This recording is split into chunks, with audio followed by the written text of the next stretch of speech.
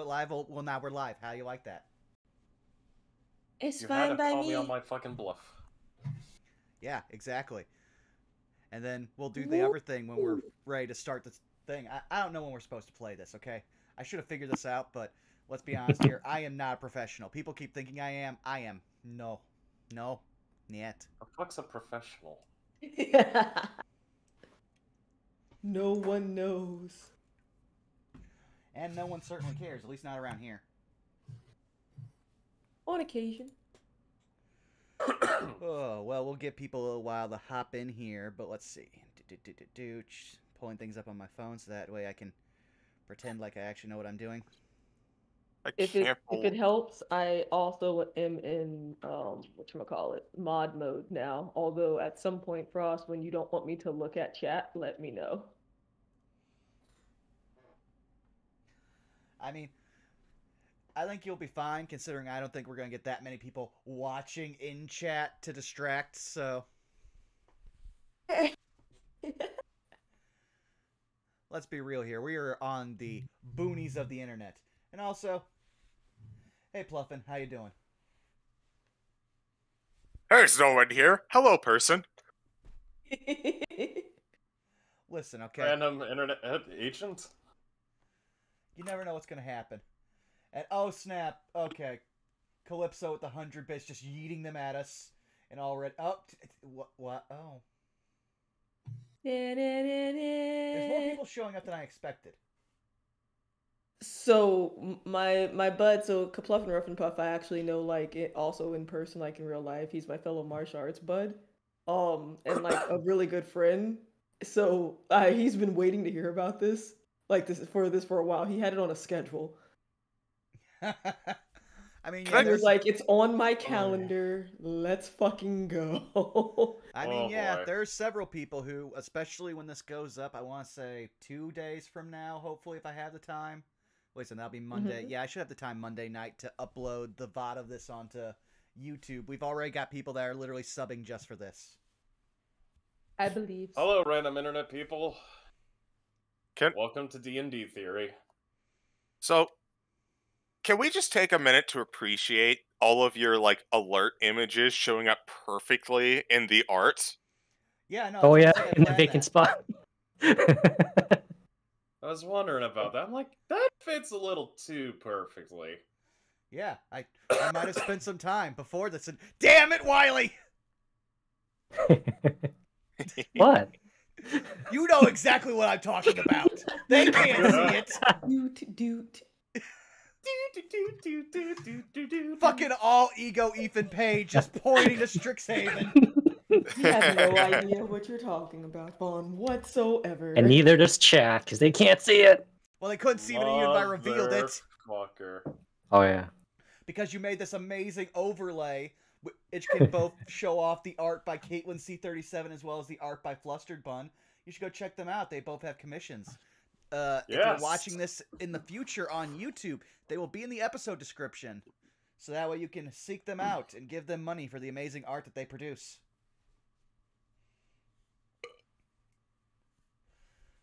How dare you? You know, I'm looking at the fucking live stream. You know what, Calypso, you get a free inspiration for that one. They're not even playing. Don't threaten me with making them one of the teachers. No, Calypso, that was genius. I appreciate that. Oh, hey, Sandman, long time no see. Thank you for... Oh, dear Lord, it's been nearly 3 years. It's been a while. Oh. I still cannot stop looking at all the fucking headshots and just thinking, why do they look like they're about to fuck me? Yeah, no. Flustered Bun very much likes bedroom eyes, okay? If you're good at something. You know, you'd kind of be surprised. Okay, Bob, you need to understand. We keep referencing a body pill that none of these people understand about. Listen, we're just saying session 0 was interesting. That's all. Well, to be fair, that body pillow is more fluffed up than J-Lo's posterior. Like I said, baggy from the block. Also, Fucking let us hate you. God let us damn it. welcome the greatest of all of us, Wiley's soundboard. Yes. Yes.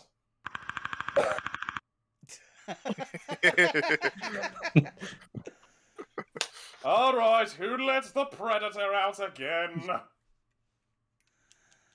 Looking at you, alien. The worst part is that you could have an entire Predator reenactment in Witherbloom. I I'd could believe have an it. entire predator reenactment just with the teachers. Yeah, but typically you don't want to hire predators as teachers. Oh, The That predator. went somewhere. that the- went. Woo. Hey, it's my channel both ways, so I can make these jokes. No, the predator is inside of detention bog. Okay, that's. You know what, Bob? You get inspiration for that. You get 1d6 of inspiration. Everybody get inspiration. No. Complete, no, unrelated, kinda, sorta. We might want to adjust our unmute sounds just in case in Discord, so that we don't randomly have badoop noises Oh no, if we haven't done it already. we don't have to worry about that because I actually invest in the streaming mode, so I don't get any sounds. So your stuff might Nice. come through for your end, but on my end, he's silent, except for Wiley with his soundboard that specifically has the noises. So fuck you. Yeah, whenever you're streaming, it makes it so that you get no sound from OBS or Streamlabs or what have you whatsoever. User entered your channel. God fucking damn it. Get Right that as I was TeamSpeak coughing, bullshit out of here. Fucking hell, Wiley, you gave me a heart attack. You gave me post TeamSpeak stress disorder. But God, I yeah, remember how about we playing do a DayZ quick... with that. But for those who are new to the channel or just tuning in on YouTube, let's first go down the line and introduce everybody, starting with our DM, Mr. J. Frost. Right as to leave this room and put on some other pants. Okay. Pants are You for heard squares. it. You All heard right, it here well, now take for. off the pants. You heard it here first. Frost DMs without pants on. Pants off, DM off. Okay. Hi everybody. Thank you for tuning into the stream. You're all a bunch of lovely people. You're about to watch me completely just bullshit my way through life, as I do in D&D. Isn't that what we all do? Yes, except the existential dread's hitting me even harder now. Other than that, you can find me here at twitch.tv/jfrost747, where craziness happens. Play with some boys, play with some crazy gits. And, yeah. Got a penchant for domination victories in Civ and murder in Total War. But enough about me. Zai! How about you? Cleedilk? Well, hi guys. My name's Zaimi. You might see me come up in chat as Zaimi site. Yeah, I'm about to be a wizard for the first time in D&D, which is gonna be great. I am excited. If you want to see what I'm doing, I'm over on twitch.tv/Zaimi site. That's Zaimi with an X. Streaming art sometimes, video games, and I believe we're a little over like 75% done of the map for Bloodstained Ritual of the Night, which is what I've been playing on Sunday or Monday. So yeah, you can hang out there, or you can check out my blog, which is nerdygirlblurbs.com. Do it. Yeah. All right. Then, hey, let's throw it to the most infamous person here. Hey, Bob, how you doing? What you got on the docket? Greetings and salutations. I am Shadow Dancer Bob. I am playing Endair today, the Tabaxi Artificer, who's going to be having a lot of fun. But you can find me on Twitch and Twitter at Shadow Dancer Bob. On Sundays, we've got the Maelstrom, which is a WWE 2K19 meets D&D show, which is a lot of fun and a lot of shit posts. On Mondays, you can find me on twitch.tv/LadyPator, where I play Denier, the Tabaxi Wizard, which is a multiversal variant of Endair, which is very interesting to see the two characters coexisting in multiple timelines. On Tuesday, we've got Destiny 2 with the 101 guard. We got Where the Water Tastes Like Wine. We've got XCOM. We got a lot of shenanigans going on. but I'm tossing this hot potato over to Wiley. Hello. Hello, Chimby. Wiley. Hello, I'm Willie. I make music and memes on my YouTube and Twitch sometimes. Which you'll find links to in the YouTube description if you're watching from the future. Future. Where we're going, we don't need links. I mean, true. I'm pretty sure everyone here is basically following Wiley's like YouTube already. Facts. If you're not, you are Yes. now. It's worth it. Oh. But yeah, now we have to kick it over to the wild card. CG, where can they find you? Hello, I am CG. I don't have a link because I don't like being out there, actually, nor participating in a lot of social media, but I somehow have found myself involved in a fair number of D&D groups, including this one, as well as one of which is over on Farting Tart's channel tomorrow, one that is over on Farting Tart's channel on Tuesday, and one that's over on Jack the Questionable's channel every Thursday. And they are way more interesting than me. I don't actually have anything to do. Fair enough. And, well, technically you've already found me. I'm Burnout Vaughn. Right now, I'm just focusing on doing as much as I can with the D&D that I can. Other streams will happen eventually. Get off my back. It's not like I should be doing this more. Shifty eyes. Not like shifty I eyes. need to do this anymore, Baka. Yeah. It's not like I really want to play games, but I have a busy work schedule that's only going to get busier, maybe. I don't know. We'll figure it out. But for right now, this is the start of our bi-weekly Strixhaven campaign, Saved by the Spell.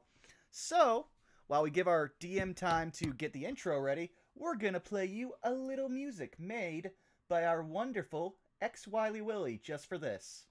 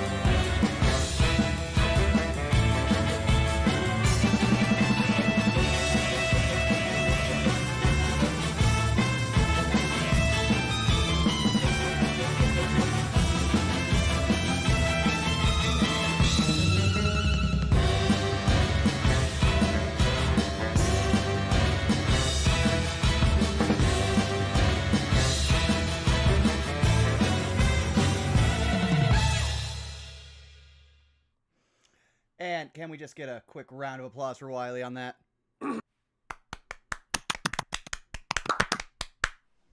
There we go. Yeah. Sure. Perfect. Perfect music for all of those burnout doots.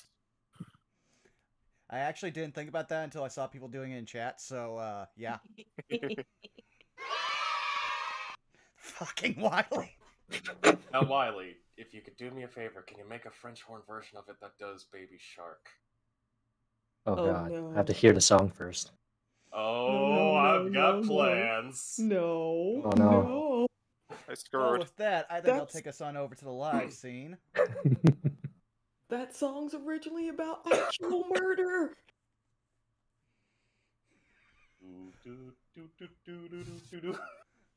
Wow, well, actual segue. Actual murder. I'm sure we won't encounter any of that in this D&D campaign. Hello, meatbags. But anyways. I think I got the jitters out of me. Hold on, I just need to... Alright. I'm only gonna do this once. This is gonna hurt like hell, but I know this will at least calm me down. Alright, I'll put a... screw it, I don't need a pillow in front of it. Oh no. Oh. Okay, What did you do? I just slammed my head off the desk. Sir. Let's do this! I can Fuck it, feel we'll do it live! I can feel Zako judging you for not making it loud enough. Fine. There, You loud want enough. you want me to? I could fake it for you if you want. Don't you Family Please. Guy follow us. Save it for the right Do it. moment. Fine. Also, ow, that really hurt my skull. Jesus Christ. Oh. It's almost like well. Zacho has a really hard head. Speaking of hard heads. Please, gentlemen, boys, girls, and those in between and not of. Are we ready to play some D&D? Yes. Yeah. Roll some motherfucking bones. Well, if we're gonna start off, let's do some test rolls. Oh, I got a natural 20. I got a 2. You get one free reroll, CG. Ooh. Give me that inspirational. Oh! Oops, I pressed the wrong button. Ooh, okay. Zai, get one free reroll for this day. Yay! I shall add that to my notes. This is gonna go great for me. You know And what? That was nothing. honestly getting that 20 out from session 0s, and session 0's rolls were pain. Oh, I'm so sorry you had to deal with that. Well, at least you get- Guys, heads up! I'm the mark of this campaign. Oh my freaking Jesus. Wait, no, hold on. Allow me to rephrase that. Wait, who would be the D&D equivalent of Jesus? I don't want to answer that question. Yeah, what's Depends on our that? pantheon. I mean, I was gonna say Jesus, but alright. Fine. Oh, my dear Paylor. There, thank you. Alright. And let's start this off by, let's get some music in here. Huh? Let's get some music. Sounds like a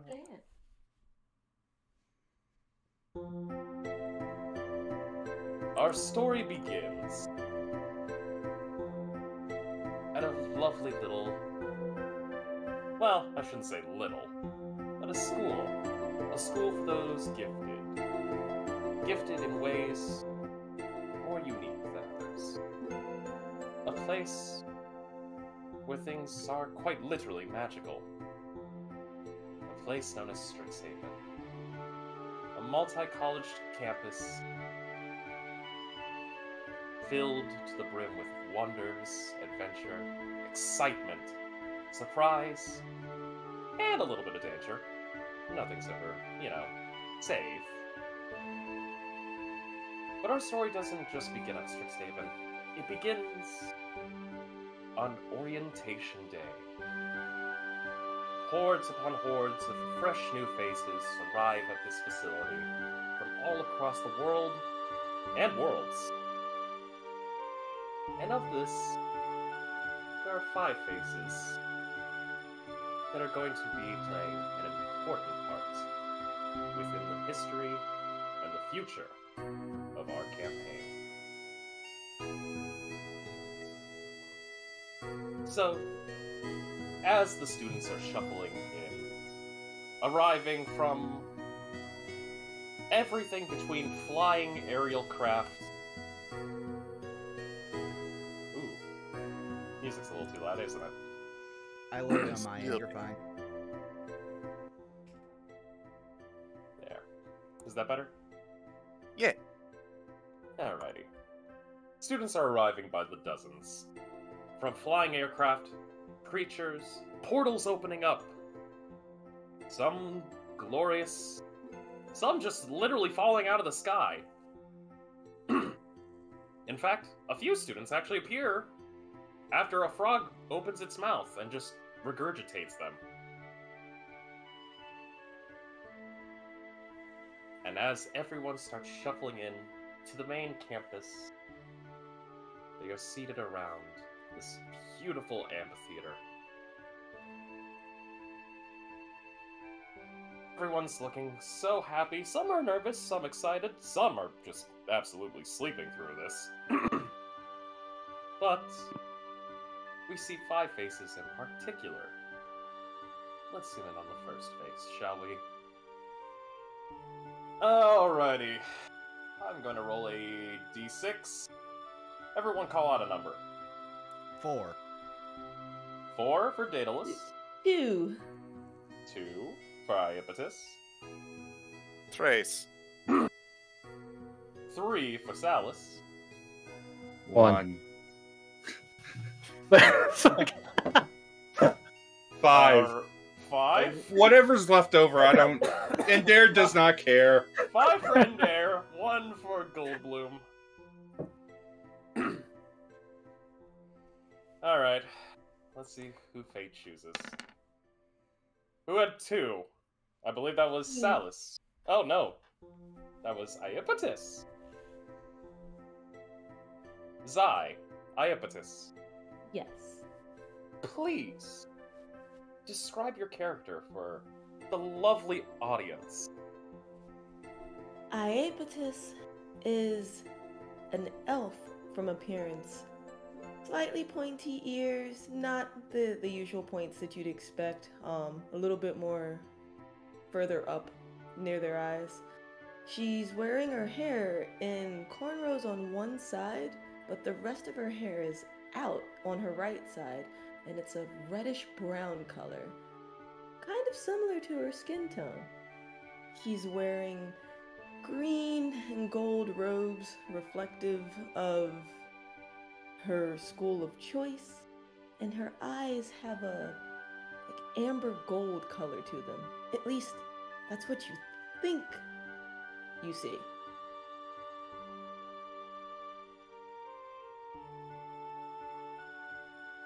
Interesting, interesting. Well, thank you, Zai. Alrighty. Next up on the list, I believe we'll go to who's sitting next to Zai. Daedalus, Hello. please describe yourself. Well then, Daedalus, first of all, giant beaming smile. He has white freckles because he is in fact a drow. But not a typical looking drow. For one thing, he has incredibly short hair that is super tousled and held in place by a blue and white headband. And he's wearing a pair of strangely shaped sunglasses. The right eye is a green square, while the left eye is a red circle that he's using to help him deal with the sunlight. His Quandrix vestments involve a permanently puffed out collar, which sets him apart from a lot of the weird angular designs of his other college members. And he just is radiating a sense of like pure awe and wonder and looking at everything, like pure ADHD child energy.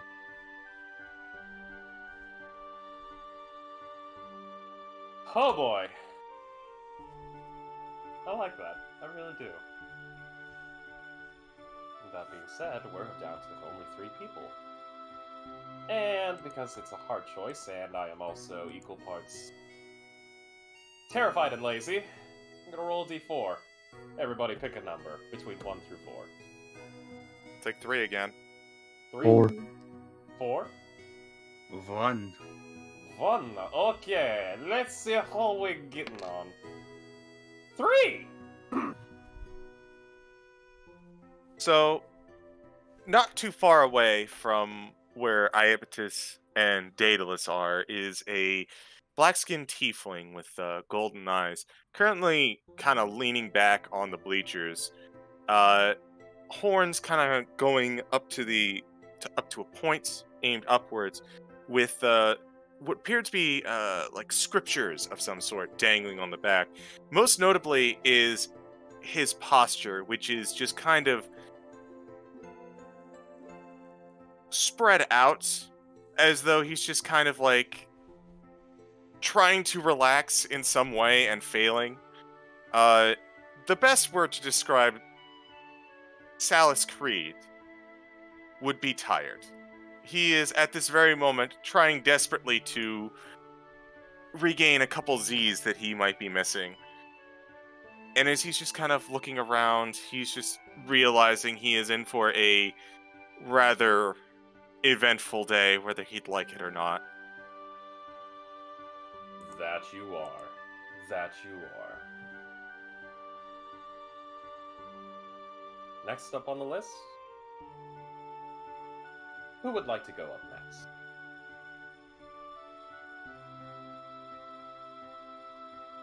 I can go next. By all means. Goldblum is a Goliath. His markings on his head are more straight and angular, while his body markings are more curly and swirly, kind of, reminiscent of a vine on a tree branch. He is always shirtless, and his pants are more like rougher material, but not too ugly looking.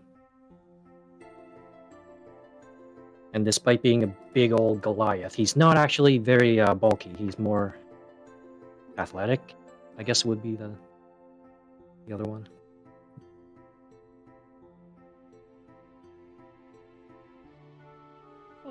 I'm athletic, but I'm not bulky cut. Yeah. You have a runner's physique. Yes, that.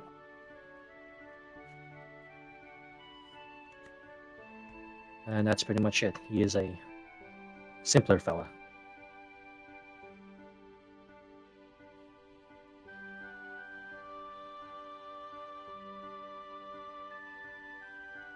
Alrighty.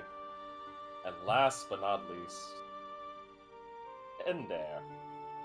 How would you describe yourself? The first thing that catches your attention about this young tabaxi is his scent. Oddly, he smells of a rich, hot chocolate, soft sugar cookies, all the warm confections that you would have on a restful night alone. Around him is cloaked this red shawl, almost akin to something that an older person, an older woman would wear, but he seems comfortable in wearing it. Gold filigree across the top of the head, a snout emerging from the tip of it with this light brown fur along with a white underhue. There's a warm smile on his face, an almost up to no good smile as a pair of bright emerald eyes cast out, looking to those around him. That same soft smile catching the attention of anybody that would happen to look at him.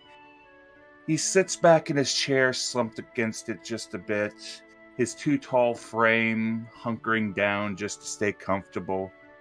His tail lightly thumping against the chair beside him, fingers drumming. It seemed he had a little too much energy at the moment, but he seemed happy at this particular second.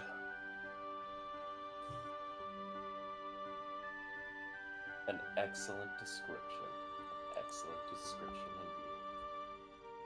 And as everyone is sat down at the amphitheater and, of course, given a quick rundown of what is to occur, we change the scene as the students make your way to the Biblioplex. And as you arrive at this massive Biblioplex, you see this. Majestic marble archways, tomes seemingly stacked for miles, and the infectious energy of hundreds of young adults fill the Biblioplex. The grand library at the heart of Strixhaven University. The sights, the sounds, and sparks of magic in the air are wondrous. Your acceptance letter stated that you must report to the Biblioplex's Hall of Oracles to receive instructions on new student orientation. The hall sits at the center of the Biblioplex's first floor, and you can already see students gathering there. So, of course, there is the weight lines and everything else, but you can explore the bibliotheques further before heading over, if you wish. And if so, allow me to bring up the map of the bibliotheques. Yes.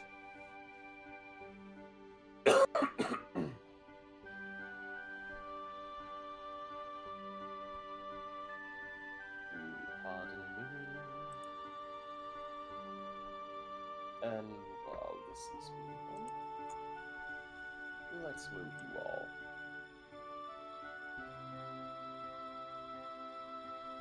Down in. Ooh. Oh, wow. Oh. Isn't it? Should we move our own tokens on? You know, that would be a great idea. In fact, allow me to...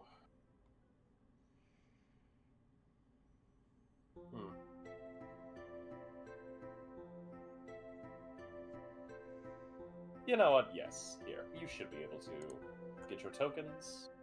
There we go.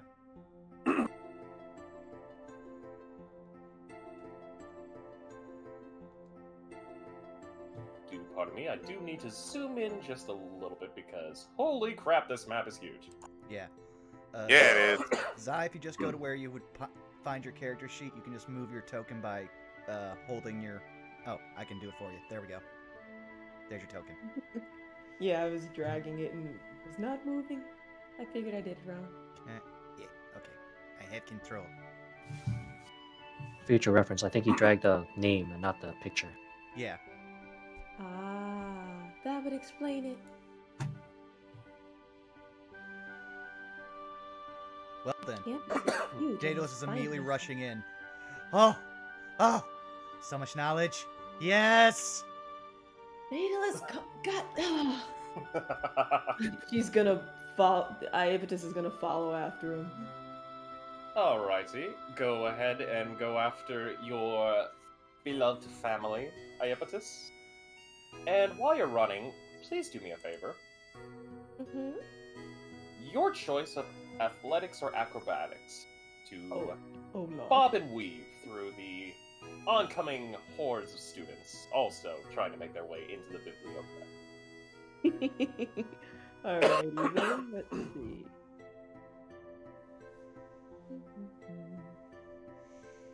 Don't mind me looking for my sheet. It closed. You're fine. I believe in you, little sheet. You can do it. Just open for me. Or don't. It's cool. Do you want me to try opening up for you? If you don't mind, because I'm clicking it and it won't open anymore. Oh no. That it is. Let's take a look at that one. Is it doing the same for you? No, it opened up for me, so I wonder what the hell. Alrighty. Which one would you like to go for, Iapetus? Athletics or acrobatics? Acrobatics, you have a little bit higher. Do that. Alright. And just so that way I'm gonna do something for you. I'm gonna give you the advantage toggle as well, just so that way you'll have that for later on.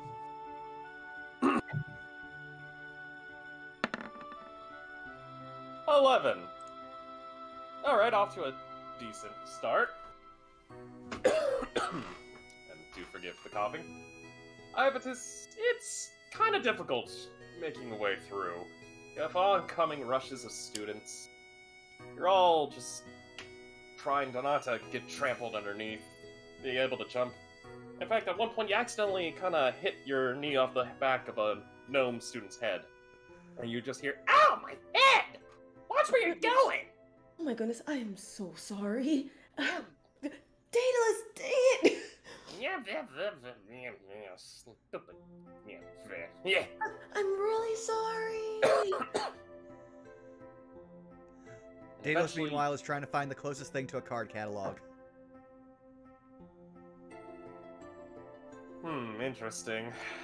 Well, before you do that, Iapetus catches up with you. A little bit of a bump here and there, after, you know, the gnome student. But you eventually catch up to Daedalus.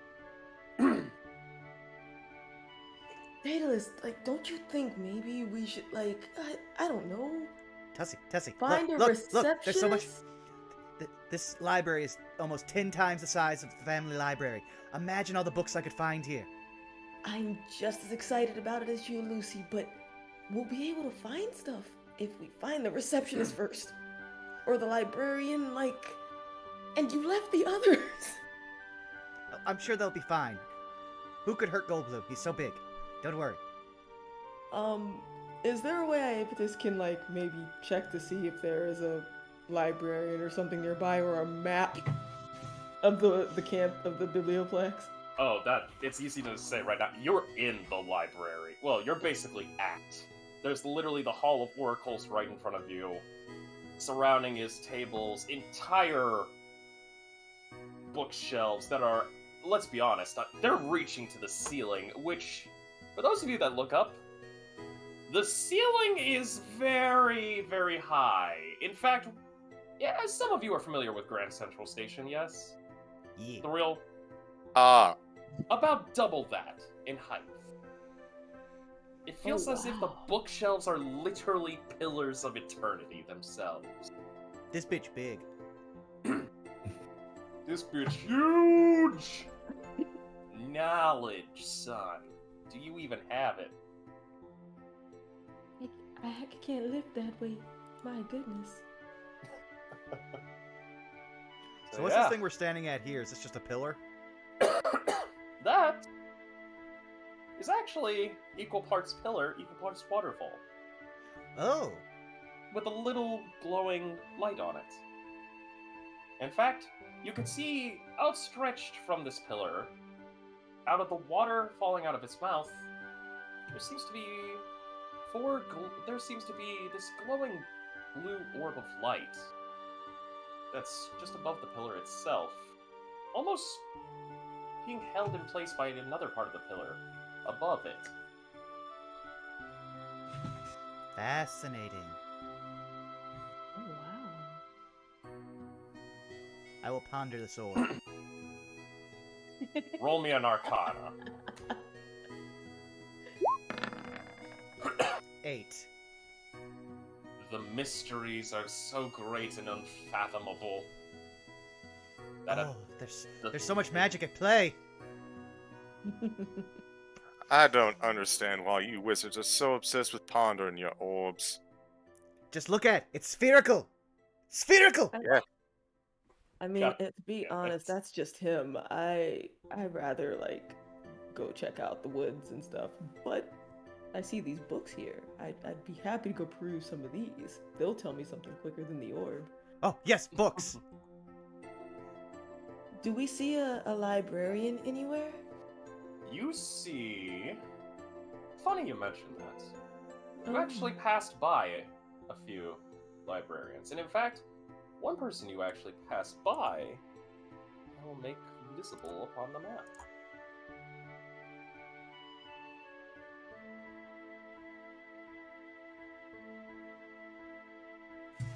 Oh. Is this individual right over here? I just noticed there are 2 Iapetus tokens. I refreshed Roll20 since I couldn't open my sheet, so that might be why there are 2 now. Huh. Neat. Clearly it didn't like that. This library is so great, they've already learned mirror image. No, you'd accidentally bumped into the changeling who then immediately shifted into your form. From skin to skin contact.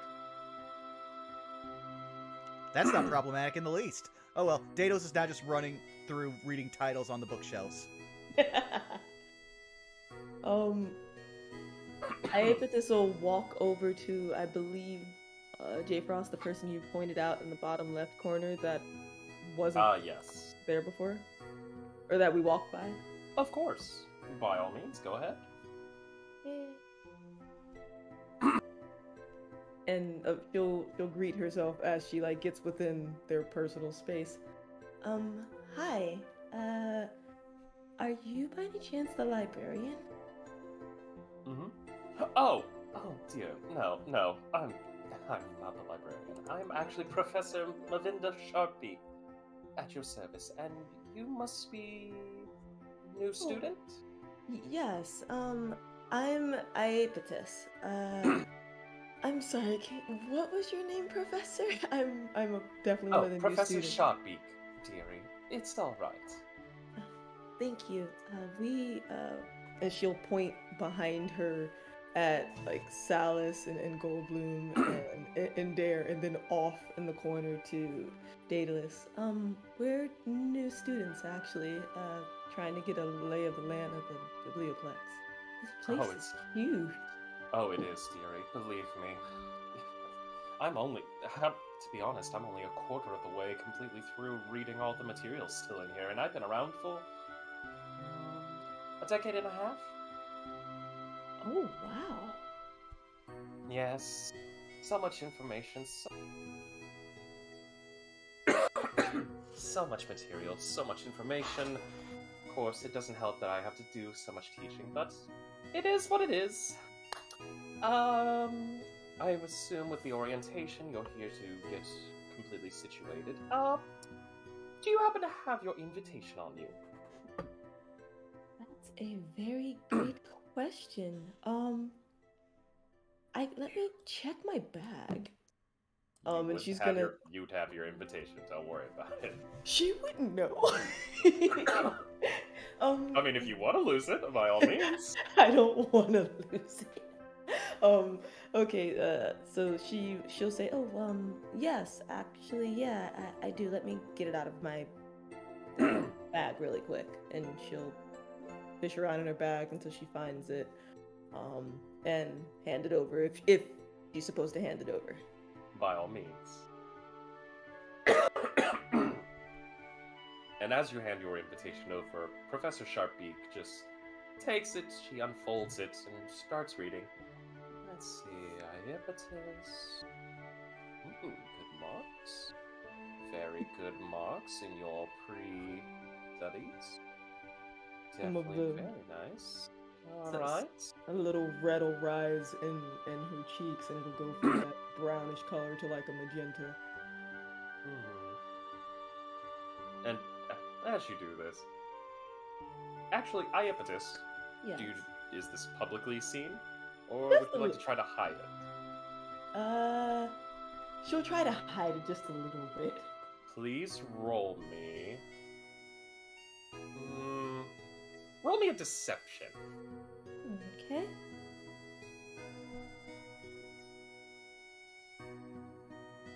Oh. Ooh, 18, okay.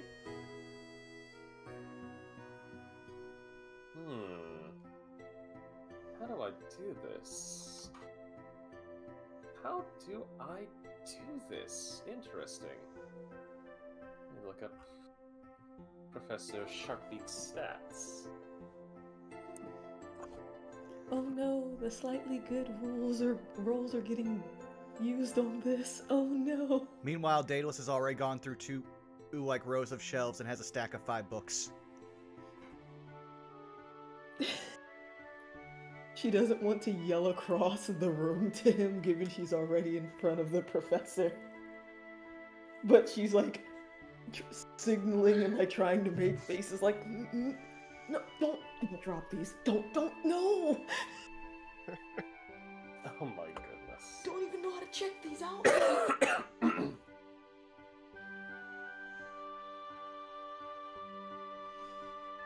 Oh goodness. Professor Sharpbeak's stats. Do apologize, folks. There is a literal wall of text here just to get to her. Goodness gracious. Oh, I remember this guy. Interesting.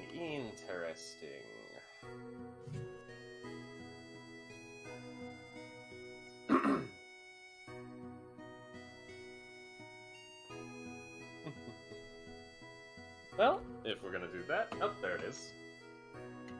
You know what? I'm feeling kind today. Sharpbeak's not getting the red dice. She's getting the blue dice. Oh no. Are the red dice dangerous? You dealt with it at session 0. Oh god. Ha ha! I almost We all had brain saw. damage. And the brain damage. And the brain damage. And the brain damage. Oh, hey, Daedalus, how you doing? Are the others still just like hanging out by the gate, or have they kind of like roamed? Good question. Goldblum staring at this big blue ball thing. Pondering Ah. the mega orb. Still pondering the orb. Man, you kids and your orbs. Back in my day, it was mirrors. Sallus is just kind of leaning up against the pillar next to Goldblum, kind of hanging out. I just imagine you doing the Fonz pose. Endair has found a thing. He is fascinated at the thing. Oh? What thing are you fascinated by, Endair? Oh! Oh, yes! Allow me to bring that up after this. Oh, But first- that thing. Professor Mavinda. Ah! Not bad, Professor! Only beat you by 2. Iapetus, as you begin to try hiding this little blush moment, the professor looks down and notices and goes, "Oh, sweetie, you don't need to hide." I'm used to it. Believe me, I was once new. And, oh goodness, there was one time I accidentally kneed the back of a dwarf's head. Could you believe it? Oh, so funny story that. Oh no, don't tell me you did it too. I guess it's a rite of passage. Oh my goodness. Oh well, it's funny. Here, let me finish up. And signed over, yes, and there's the proper authorization by... Oh! Professor Morg! That's a name I haven't heard in a long time. I knew he was doing pre-screen teachings, but... Last time I saw him was with the birthday cake incident. The birthday cake incident? Oh yes, there was a little incident a long time ago. Unfortunately, someone got a little bit tipsy at a pre-teacher faculty party and casted a glyph of warning on the birthday cake for Professor Hootsworth. Well, cake went everywhere in that lounge. Did any of the others hear this? Because Iapetus is gonna arch an eyebrow slightly, but question internally whether or not she should say anything. Well, considering the fact that your closest companion is about 45 feet away, with your furthest being 100 feet. Yeah, Daedalus is currently debating if he should cast Spider Climb to reach an especially high book. Oh no. Can she see that? Roll me a perception. Oh, I this- will this- say it's just a normal.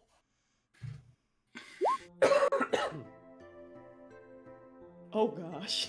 You do have that free reroll, but you don't have to waste it on this. It's okay. She's too preoccupied by what she just heard about a birthday cake incident also involving possible alcohol. Yes, unfortunately, somebody got a little, well, drunk, but neither here nor there. Anyways, here you are, honey. Please report, and if you're going to do anything, I want you to immediately head over to the... You need to go to the Hall of Oracles. Basically, from there, you'll be able to just get everything down. No problem whatsoever. Oh, goodness. Could I have my classmates? And she looks over at Daedalus. Should I have my classmates bring over their invitations to you as well, or should we all just go to the same place? Oh, just go to the Hall of Oracles. Just make sure everyone's through with that, and, everything else. Besides, nothing too grandiose. So long as they aren't, trying to check out books before they've been registered. Otherwise, well, our archivist will immediately flag them off as, well, intruders. Oh dear goodness. Okay, so with urgency, she's going to she's gonna excuse herself just briefly, but not move. Excuse me, Professor Sharpbeak. Daedalus, put the books back. Put them back now. But they're for taking. Not yet. They can't. You can't. Professor, I'm so sorry. Where is the Hall of Oracles, by the way? Is that in the center? She points to the central. It's the giant glowing ball. You'll notice it immediately. Okay. Thank you so much, Professor. And Iapetus is going to attempt to carefully get over to Daedalus to get him to put these books down before all of us get in trouble. Speaking of which, Daedalus! Oh god. Yes. As you're grabbing books left and right, you hear thunk. Metal clanging. Toom. Toom. Toom.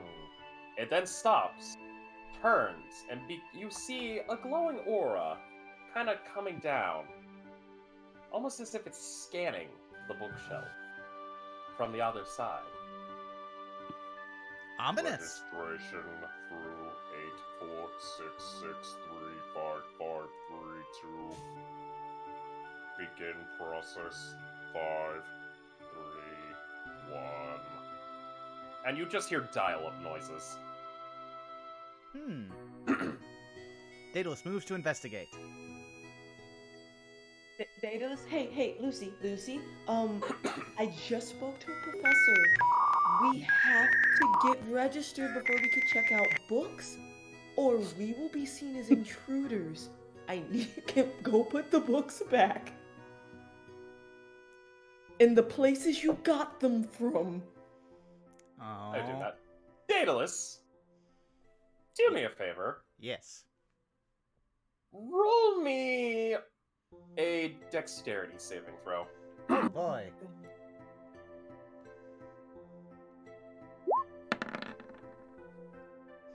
$19. Ooh, okay. Let me see how our dear friend handles it, considering.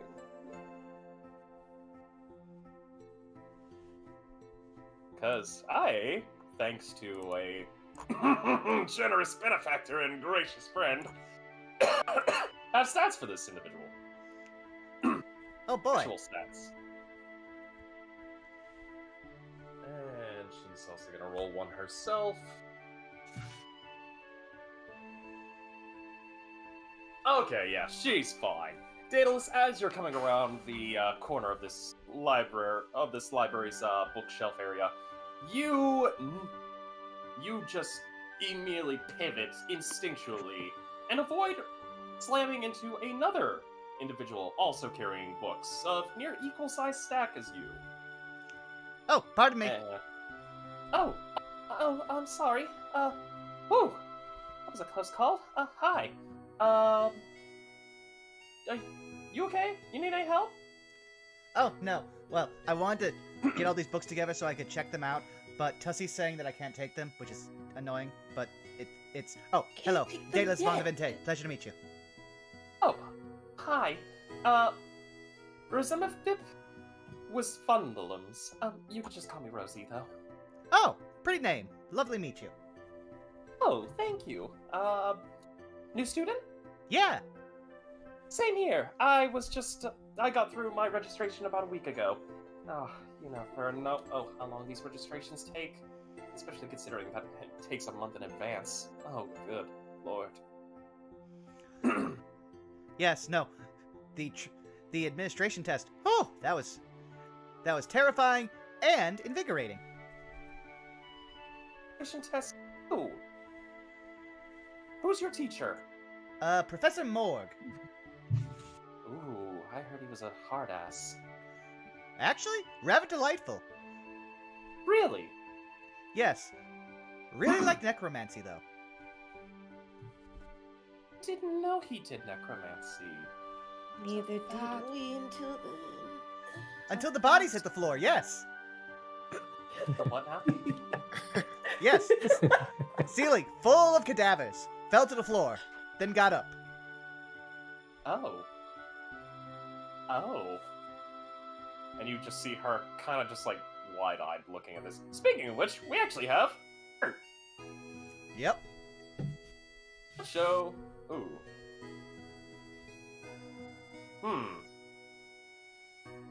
How do I do this where it's only showing the picture? I believe if you just make it available to players, it'll only show the picture to us.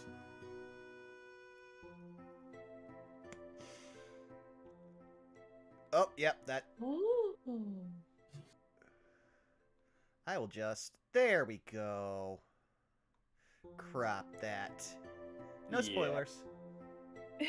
Where we're not gonna show a whole lot of spoilers here. Please and thank you. It's in the episode title. No spoilers. No spoil. You spoil, and I'm immediately putting you in detention. Well, no, I'll be the one putting them in detention, or possibly one of the mods. Hey. I got my hand ready. Hey-oh.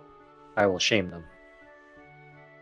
But anyways, that's enough about our lovely, lovely Rosie. And as this conversation's going on, you hear a whirring. And you look behind you, and you see this, what can only be described as a ginormous freaking construct. Oh no. Immediately turning. Ooh. And as the scan comes down, it goes, Student Rosie identified. Path accepted. It then begins to scan you, Daedalus. Daedalus, put the books down. Put the books down. Put the books down. Daedalus slowly Quickly. puts the books down next to him and then just stares up in awe. Father would find this fascinating. Trying to figure out how it works. What? I'm so sorry. Rosie, I'm so sorry to interrupt this conversation, but if we don't get registered, I think that angry bot is going to do some things. Well, first and foremost, you're safe. You put the books down, so it's not going to do Ooh. anything. The Oh, last thank person who goodness. tried, not putting the books down, well, it incinerated on the spot. And she kind of points over, where I put it this? She points over to here, and you didn't notice this before, Iapetus. There's a scorch mark there. Oh, Yeah. she's just slack-jawed. It was not pretty, from what I've heard. And that was only a week ago. Oh dear. Daedalus' eyes Oh. immediately glow as detect magic goes off, and he's trying to figure out what makes this thing work. So, Daedalus, let's go let the others know that we need to go register, and then after that, we can come and check out books. But we need to go let them know first before they almost end up shish kebabs. Yeah. She's just gonna grab a lapel, not to hurt him, but just to emphasize. Let's head over to the others really quick. But okay. Rosie, it was a pleasure meeting you. I'm sorry I didn't even introduce myself. I'm Iapetus, by the way. We will come back and chat with you if you're still here, but we probably should go get registered. Pleasure as always. Meet you. Pleasure is always to meet you as well. And she's just gonna drag him over to Goldblum and Sallus and see if she can wave and get Endair's attention. Alright, and as you go off, the Clockwork Archivist just immediately goes back to scanning the books on the shelves, counting, making sure everything is Okay, Wiley, that one comes off a little loud. I'm sorry. That was perfect, though.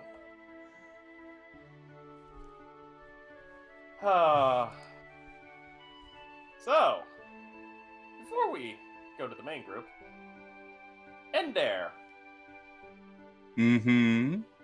you're looking up at this cogwork archivist. Mm-hmm. He Tell is me, staring at this thing with the biggest, roundest cat eyes. it's like a cat that found a box. Yes. A giant mechanical forbidden box. Yes. If he fits, he sits. Now, Reaches up and taps with a single claw. Tap, tap. Tippy tap. as tippy you tap. tap, you immediately see this archivist turn. And you notice it's got wheels instead of actual legs. And as it turns to you, it looks down and goes, scan, scan, scan. Endair holds up his invitation. Endair, invitation, multipass. Endair Highwind, multipass. I love you, You had Bob. to do that right as I was trying to hold in a cough. You ass. And then he leans forward a bit closer. You are the most fascinating creature I have ever seen. You are amazing. Statement. And then you just watch this thing's face. Even though it's blank slated, it just automatically produces a projection upon its face. A happy face. Endair gives a happy face right back. Damn it, Bob! No.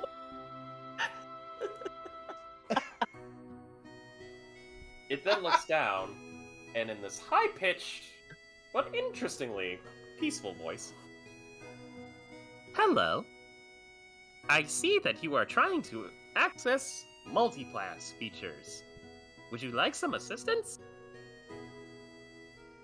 That would be amazing. Thank you so much. He wiggles his invitation just a little bit. Almost like a kid showing a grown-up a drawing that they did for the first time, trying to get it on the fridge. it begins scanning, and then you see a projection of a paperclip with eyes. Oh my god, bro. I see that you're trying to access multipass features. Unfortunately, this access code is not available, nor does it fit within current records. Please, contact Administrative Control and enter appropriate pass. Thank you, and have a blessed day. Thank you so much, Mr. Clipman. You are amazing, and I love you. And then Endair just scurries away. I swear if you have just seduced another inanimate object. No need to seduce it.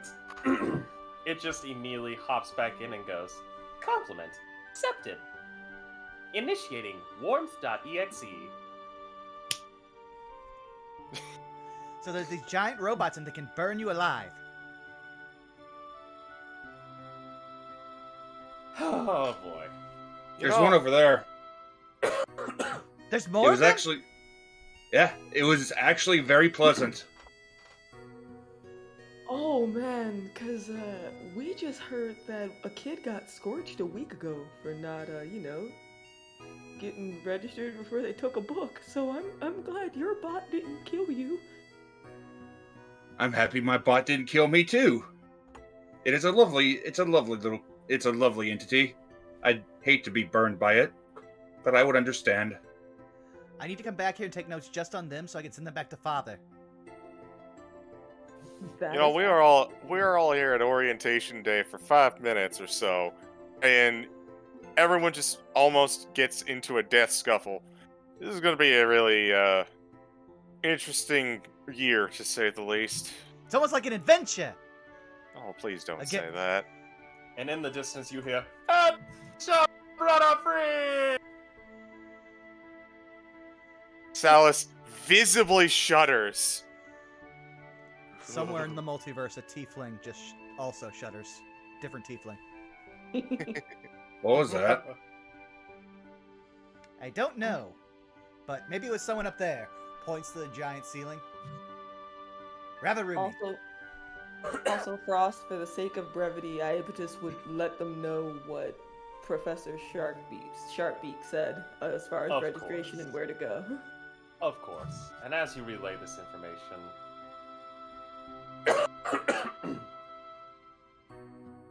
well, how do I put it this way? You immediately go up to the Oracle, and this thing is a literal glowing ball of energy. You see wisps of white and blue going across this thing, and kind of hard to stare at considering it looks like a miniature sun. Maybe for all of you, haha, shades. I see somebody brought their Gucci. Hey, Daedalus, I dare you to touch it. Okay. Touches it. Oh no. Daedalus! Endair, why would you? Dexterity saving throw. Oh, a what saving throw? Dexterity save. Okay. Can Endair make one as well for dodge the whack upside the head I'm going to try and give him? He's gonna, and Iapetus is gonna look at Endair with like the, if I had a spray bottle, I would. Oh boy, this is happening. This is actually happening. So Give me a second, I need to do a private roll here, and I'm actually gonna need to bust out all 3 of my physical dice for this one. I warned you all. This is the one campaign I'm not playing the put upon straight man. I am the problem. Oh, by all means, go for it. And I am the table. Oh my god, Vaughn, you're that little girl from Animaniacs that the dog constantly had to chase after. You're I done. love you. Bye bye. Oh Yes, my god. her. He is Mindy, Oh Yeah. god, I'm button. and I am the instigator. Well, no, I know exactly what that means for you and me, Zai. Oh, no. Silly buttons. Alright, give me 1 second. I need to roll some bones. I need to roll some bones. Oh, interesting. Daedalus. You get blasted back a solid 10 feet planted onto your back, and you are taking 10 force damage. Oh, Oh, wow. So how far did I get blasted back? 10 feet, and you're on your back. Oh! Fascinating. Would have tried to catch you, but you deserve that one. You then see a projection coming out of the Oracle's being. The projection of what appears to be a woman. Purple and blue. Ethereal. With her looking over at you and saying, "Please do not touch the Oracle." Blech. Blood. Goldblum lowers his fist. He was about to punch it. Do it. No, dude, punch, I'm going punch to the magical cast- woman. I'm going to cast No, Cure he was Wounds. about to. I'd Oh, like it's to a cast... magical woman projection. This is gonna be interesting. I'd like to cast Cure Wounds on Daedalus. You cast Cure Wounds, and you know what? I'm just gonna... I'm gonna be a polite guy. You just automatically heal back all 10. You don't even have to roll. And keep the spell slot. Alright. Yay, because that is put me down to orientation. lower than half health. Wizards. Wizards, Ooh. baby! I thought Session 0 would have had at least more terror. I mean, no, Considering you take lowered down me some- far lower than that in Session 0, but in one go. You Yeah, gave well, you also had some protections. you gave Daedalus something tantalizing to touch. That was way more dangerous. Oh god, Daedalus is literally Patrick from the Jellyfish Museum episode. Push. Listen, sometimes science needs to be a little down and dirty and simple. As simple as touching the thing to see what happens. Christ on a bike. Anyways, as the projection immediately tells you this, she says, I assume you are all here for orientation. Is this correct? Yes. Yes. I hold up the Yep. invitation. Excellent. Well, perfect. Here. And as she immediately holds her hand out, palm open, you watch as she begins scanning your invitations. Interesting. Loading. Loading. And load complete. Alrighty. Let us get you ready. And as she says that, you can hear rumbling. Rumbling that immediately occurs, and you see a group of students exit out from what appears to be a staircase area that just happened to lower itself from the ceiling. And while this is going on, a student, or what you can only assume to be a student, walks down and goes, "Alright, next party! Next party!" Oh. Ooh, I think that's us. Wait, Iapetus waves her hand. Oh, sorry. The projection just turns around and watches you all go your direction, smiles, and then returns to being part of the orb. Endair waves goodbye to the Oracle as they're leaving. The smile still remains, and she waves. And as you guys are approaching the staircase, you hear this gentleman, who seems to be a little bit older than you all. Ugh, you don't hear that. Next party, next party. Oh, that must be you. Yes. I am Quintilius Antiphium Melentor III. Please, if you are going to go up into the area, make sure you have your invitations. You will be taken directly into the Bibliopex's main room. All right. Thank you.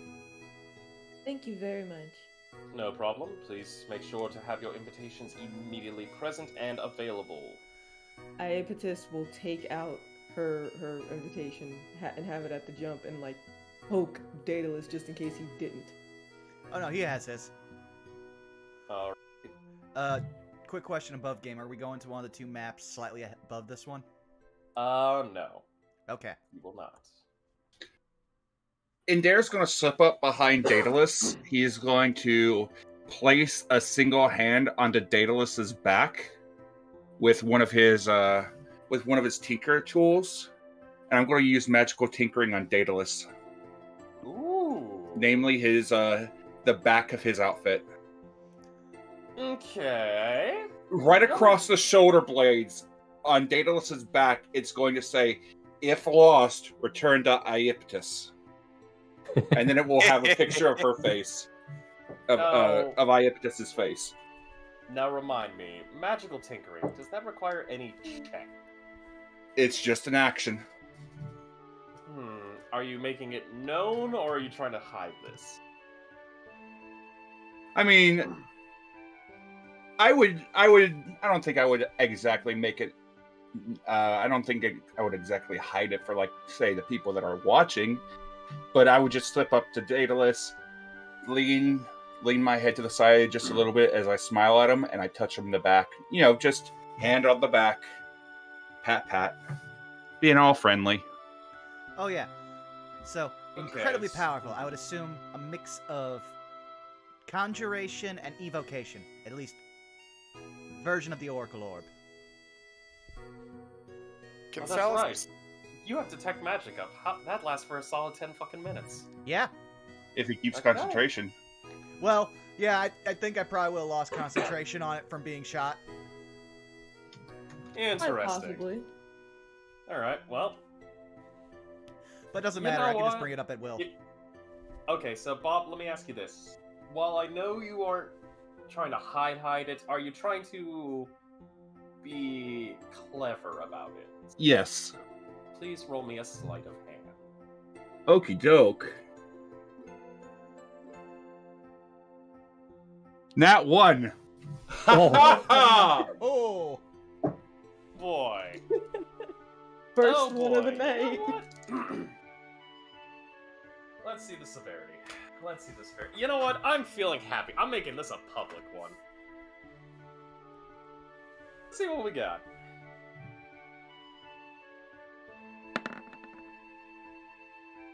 Oh, that's only an 18.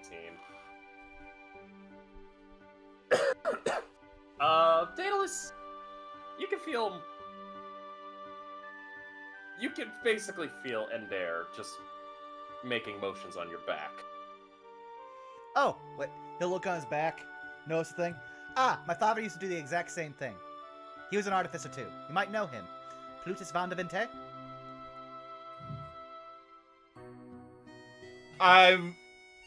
Do I need to roll a check or anything like that to know? I don't think It's that I a would know. history. It's a history if you want to. Why not? 15. I'm from an island in the middle of the ocean. Well, are there diamond mines on your island? There's pineapples. Nah, Delightful. the name Diamond doesn't of the ring sea. any real bells. No. Not really. I mean, I'm from an island in the middle of the ocean with, like, sea monsters and stuff. I think I'm the only, what I do there. Oh, well then, if my father ever comes to campus, allow me to introduce you. Very famous artificer. Right now, he is innovating the world of mining technology. I cook things. Cut to an immediate. The scene just cuts immediately to what can only be described as an older Daedalus, who is wearing what equal parts a guild uniform on top of protective clothing, basically yelling at dwarves who are doing a mining operation utilizing heavy equipment, with one suspiciously looking like a giant-ass underground chainsaw with tracks. For Wow, you reference, really though, just went there. For reference, Daedalus' dad is a half-elf. Also, nowhere near dark enough complexion to look like him. But lovely Sorry. mustache. It's hard to see in that darkness. So, Sallus walks up, hearing this conversation. You cook? Yeah, I'm somewhat good at it. Like Do you? what? No, I don't rightly cook. But I do like me a good meal. Oh wow. I make a lot of stews. I make a lot of roasts. I've started working on desserts as of late. I really like making desserts since it seems to really make people happy. I made some hot chocolate recently, which seemed very good. He motions towards his shawl. I actually make my clothing smell like the last thing that I cooked. It, gives me a little bit of, how do you say, encouragement to keep on trying to make more and learn new recipes. Also, a right nice way to make sure that everyone else knows of your capabilities. That's smart. I like that. Exactly. Iapetus's ears perk up at hot cocoa. Would you like a cookie? Yes. Goodness, I'd love a cookie. Oh wait, that reminds me. Didn't our professor give us like a food voucher? For a place called You know- Sloppy Eoges. We gotta figure out where that is, cause I'm starving. I'd assume it's on campus somewhere. Wait a minute. Yes. While we're walking, Endair passes out basically sugar cookies that somehow or another are still warm. Okay, first and foremost, you're making me hungry here, and that's damn well torturing the DM.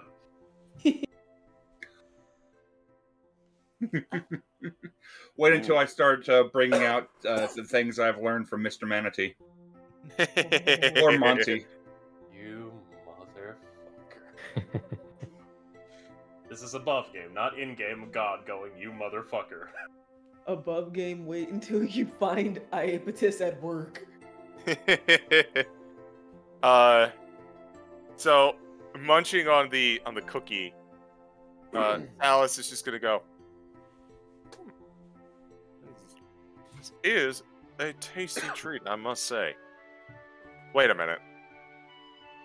You're right, we did get that voucher from a professor. We should probably go through this orientation. We really should. Through bites of cookie.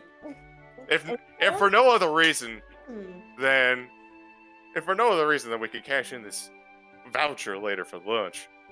I'd rather go collect the books and not get vaporized. Also this. Well, alright then. What did he say his name was? Quintilius. Something the third? Where did he want us to go? We have to go down this stairway and we have to show our invitation, and that is an amazing name, by the way. Amazing indeed, because it's actually his guy's name.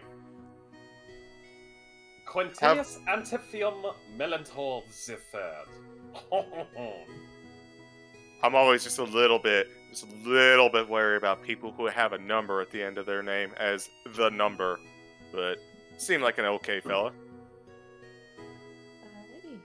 Well, I mean, I guess we've been heading downstairs.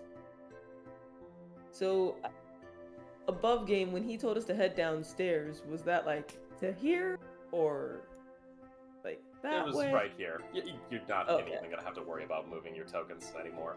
This process is actually pretty quick.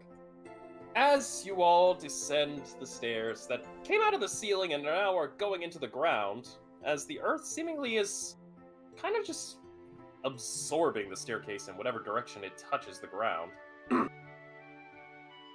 you go up to this almost bank clerk style front desk with a board on the side of the wall that says, "Please present invitations by sliding them into the correct receiver."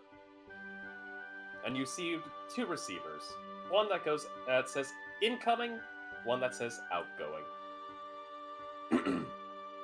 Sallus And- will no, by all means, by all means.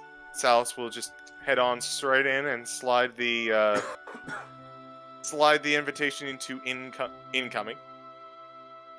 The clerk behind there, the desk, who looks to be an elderly woman. Eyes are kind of closing in white hair. She seems like, a little nanny. She Oh, takes no. it and goes, She's got anime slit eyes. She's the killer. "Thank you, dearie. Welcome to Strixhaven." And she stamps the invitation, hands it back through the outgoing. Thank you, Next. ma'am. You're Daedalus welcome. follows. Hello. Hello, dearie. Come for your invitation stamping. Yes, please. Alrighty. She takes your invitation, stamps it, and hands it back to you. Thank you very much, Have ma'am. a wonderful stay at Strixhaven. Next. Endair steps up. Ooh. Go ahead, Zai. Oh no, I was just gonna say I think Endair's in front of me, so you can hit. Endair slips up, eyes big, shawl pulled up as he slips the invitation through. Hello. Hello there, dearie. Come to get your invitation stamped. Yes, ma'am. Excellent. I'm very excited to be here. Oh, I'm so glad you young kids today, and it makes me so proud you're pursuing an education like this. Makes me remember back during my old days of being a student here. Really? Oh, yes. Oh, I remember the grand old days. Still fills my heart with warmth seeing such happiness still in these halls. Endair just has the biggest smile on his face, and if she starts monologuing, he is not going to stop her. Alright. As this monologue keeps coming along, you just immediately hear, and then I remember back when they installed this office. Oh goodness, that was... what was it again? It was shortly after I was in here, and that was about 1,300 years ago? 1,300? Oh, wow. You don't even look at... You do not look your age. That is amazing. Oh, thank you, dearie. Most people think I'm only in my 90s. To be honest, I'm over 28,000 years old. What? That is exceedingly impressive. He is just staring at her. He's now trying to figure out what she is. Same. Daedalus would like to roll investigation check. By all means, roll an investigation. I am very curious. 10. 12. Looks like a little old granny. Just a normal human grandma. The fact that she's saying this. 15. Iapetus! Looks like a little old granny. She's gonna nudge Endair and say like, hey, if you have an extra cookie, you should give her one. Yeah. Would you like, he actually stumbles on his words a little bit. Would you like a treat that I made with love? Dear, oh my god. He's so sweet of you. He gives her a warm, soft sugar cookie. And that happy smile is still on his face, eyes big and shimmering. Tail just swooshing back and forth behind him. She takes this sugar cookie and goes, oh, you're so sweet. And she immediately just blows a kiss. Quite literally blows a kiss. And it travels through the screen and connects to your cheek. And you feel for a small bit of time a nice little warmth on your face, followed by what is the scent of vanilla bean. He makes a sound that can only be described as joy. And he slowly scoots to the side just a little bit. He's not leaving entirely until basically she's ready for the next person or she calls for the next person. He's taking this moment with a kindly, knowledgeable person, and he's absorbing all the knowledge that he can from it. And as she takes this, she stamps your invitation, hands it back to you, and says, and you have a wonderful day, dearie. Keep being the good-hearted child that you are. It warms my heart and reminds me of my dear old grandson. He smiles, he gives a little respectful bow, and he scurries off.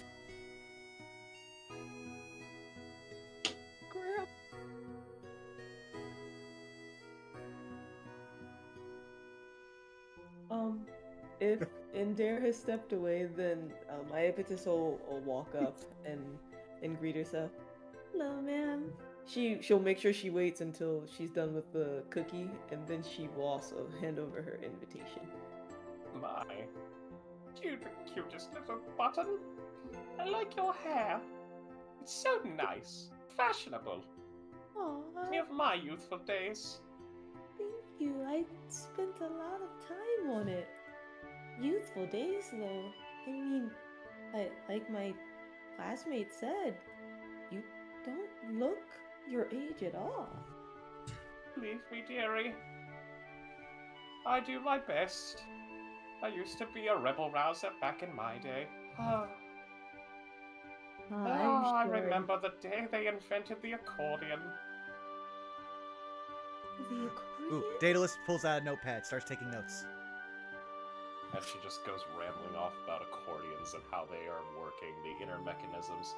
And then something about a bard having learned to weaponize it by literally using it for a new breed of thunder spells.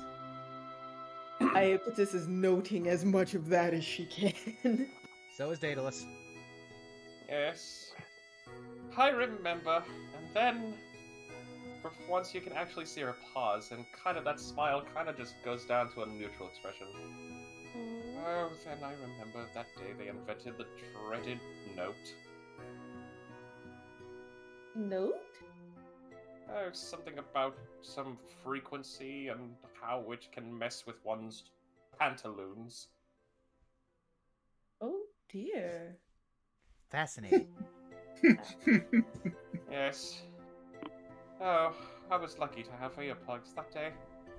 Campus felt like shit. Dear. I've only been in this place for 20 minutes, it feels like, and I'm learning so much already. I know, isn't it great? Huh. Anyways, her smile returns. Here's your letter, dearie. Stamps it, hands it back to you. And you see that there's a little sticker on there that's just a smiling, like, gnome that says, I think you're gnomenderful. Aww. Thank you so much, ma'am. Take care, dearie. You too. And Iapetus will slide slightly out of the way.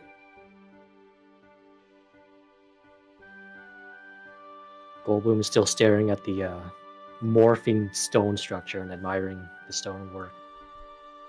And once he realizes people have stopped talking, he turns around and steps up.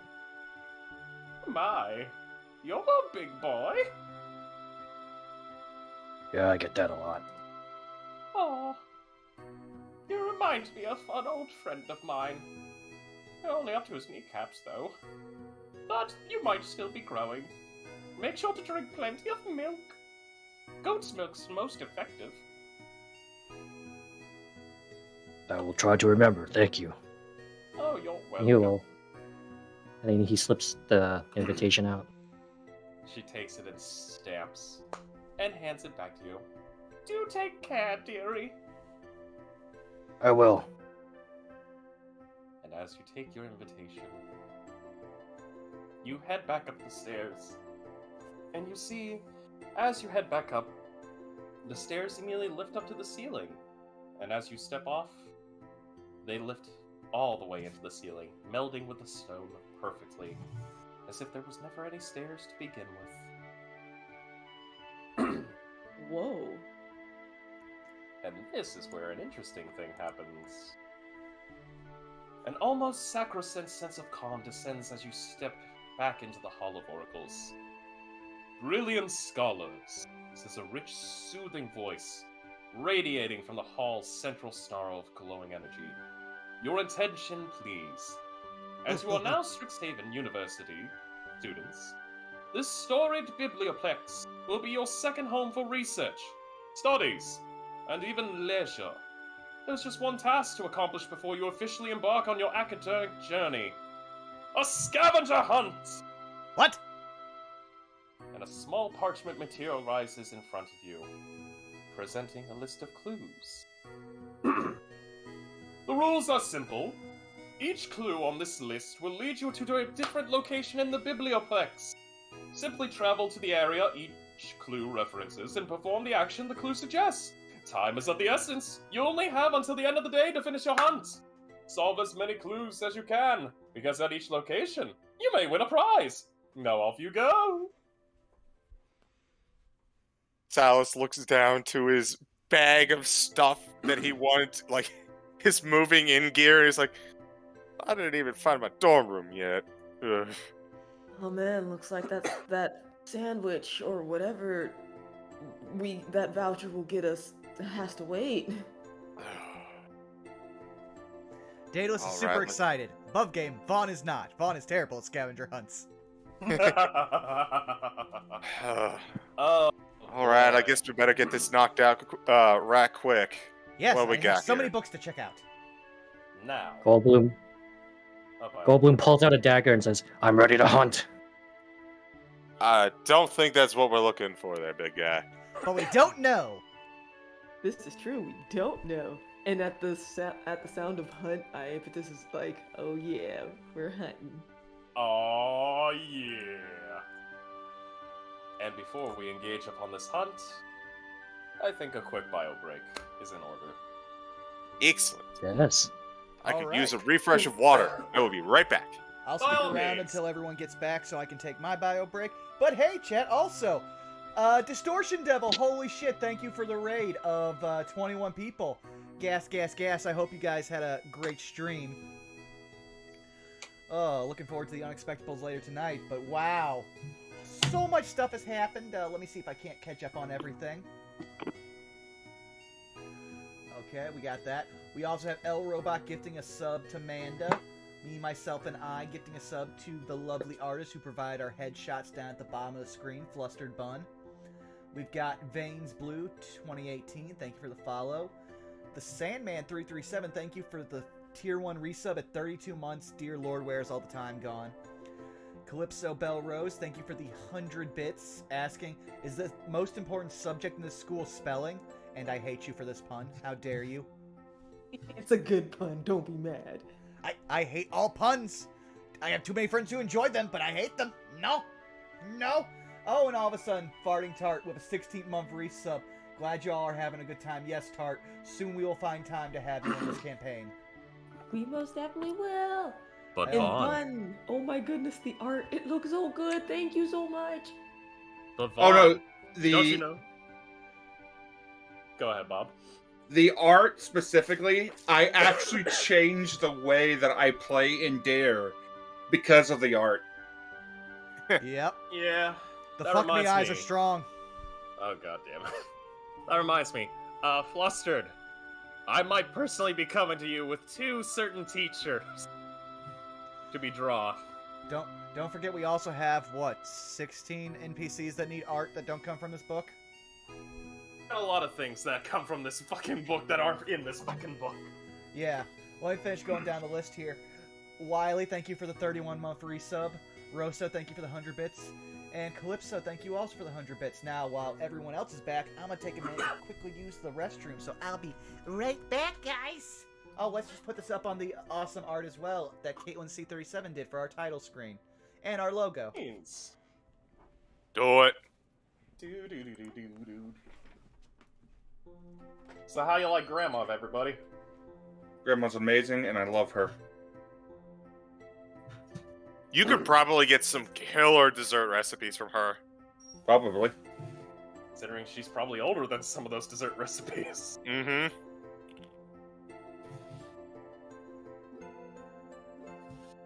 Why do you She's think I wear like a shawl like an old school grandma? It's so that I can better fit in with them and learn from them. Just talking like David Attenborough. It's like, we observe the wild grandma in her natural habitat, a baking center.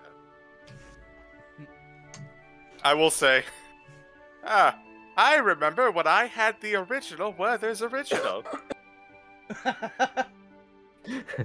That just reminds me of a story told by I forget who, but they were talking about how their grandma actually could remember a time before electricity was commonplace, and so they could actually say, "You kids and your lights indoors." Actually, oh, go ahead. No, you go ahead. I was just laughing. Yes, So- El Robot, thank you for catching it. Endair's design is based off of the Graham Meowster chef from Monster Hunter. Hey. Mm-hmm. So, real talk, at the church I used to go to, there was a woman who, she unfortunately passed away a few years ago. She wound up living to be 108. She was able to vote in the first election that women could vote in, and she voted for Woodrow Wilson because she thought he was cute. Oh, my the worst part is Woodrow Wilson is considered the worst U.S. president in history. Yeah. I'm But surprised none of you asked for Grandma's name.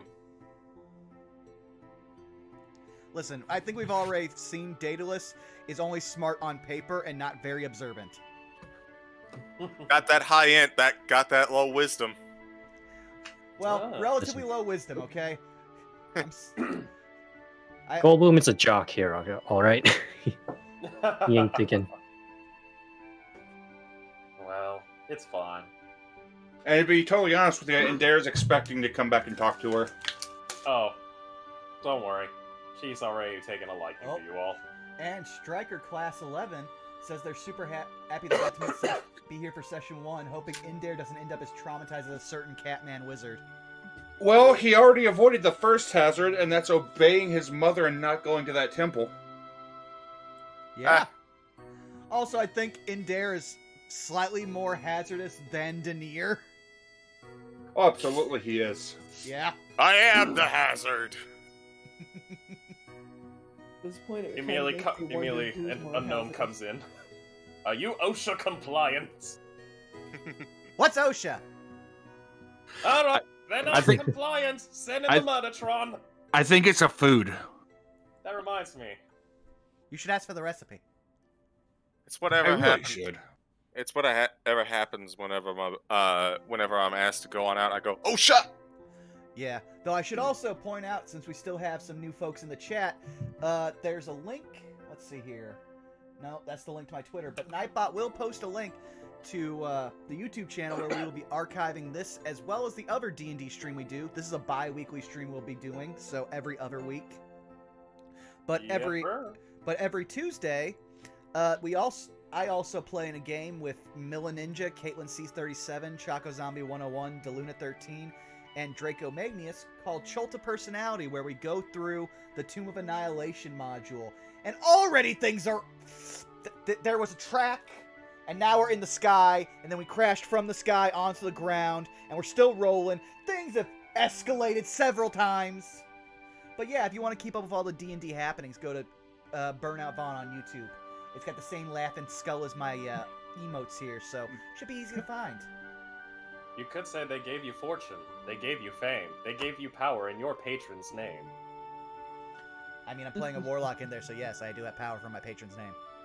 Problem is, I don't know my patron's name. Robot, you're not wrong. Because Daedalus is the problem, and Endair is the Catalyst? instigator. You're 100% an enabler. Oh yeah. Man, I cannot wait to see what you guys are going to be like when this scavenger hunt gets a lot more interesting. They're the two people that the teacher would constantly have to separate in class.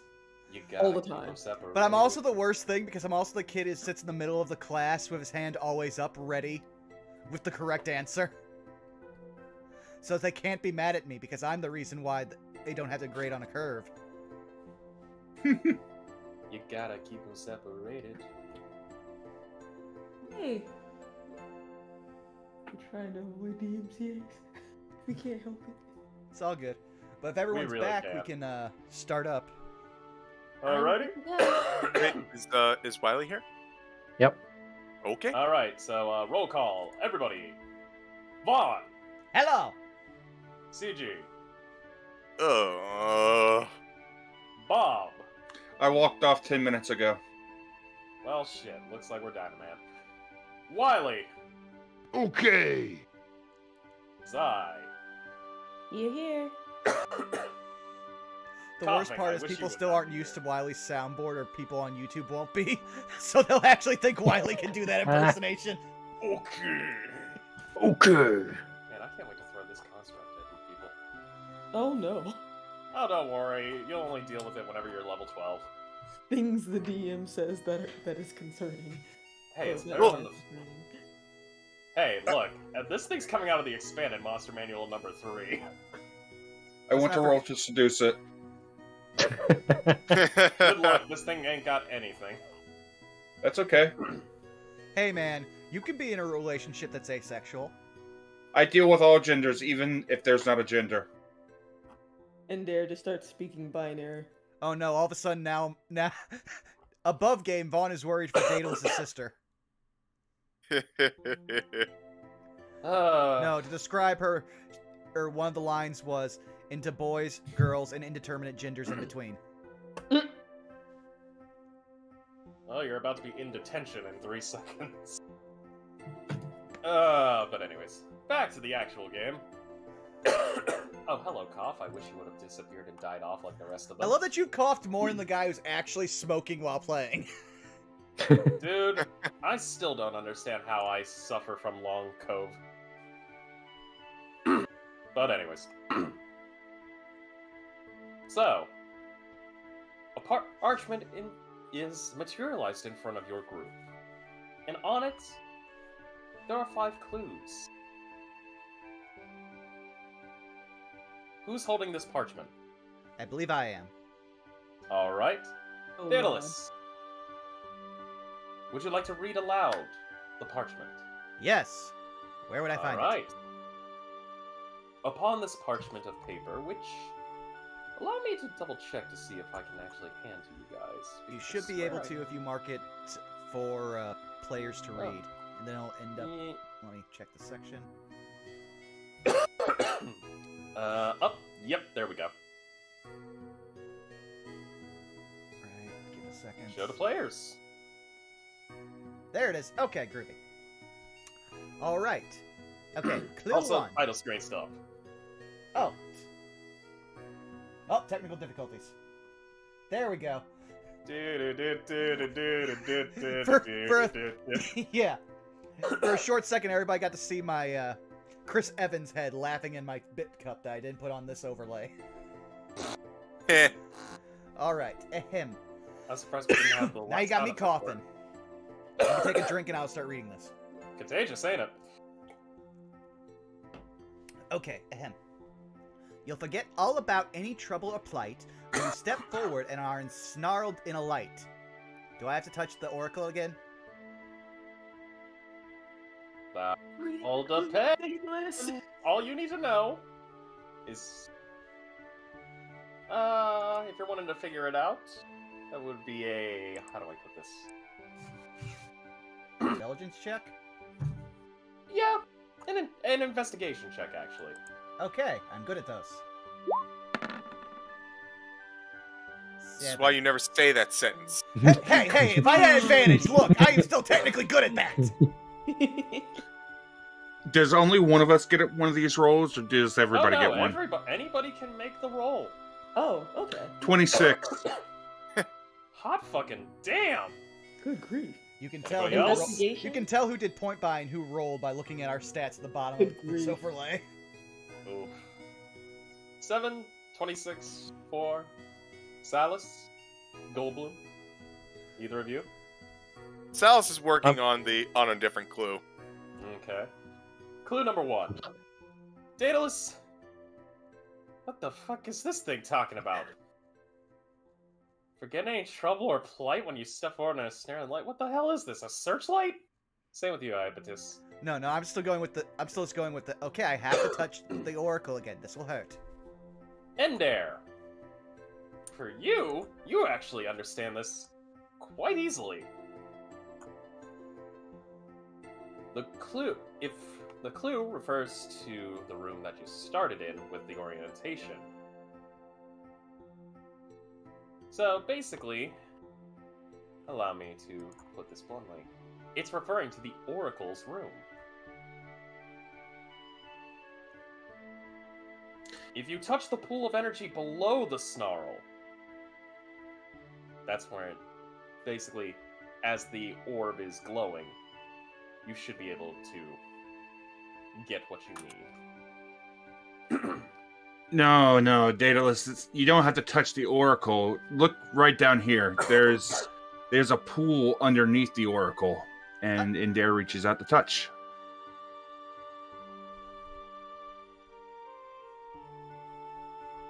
Okay.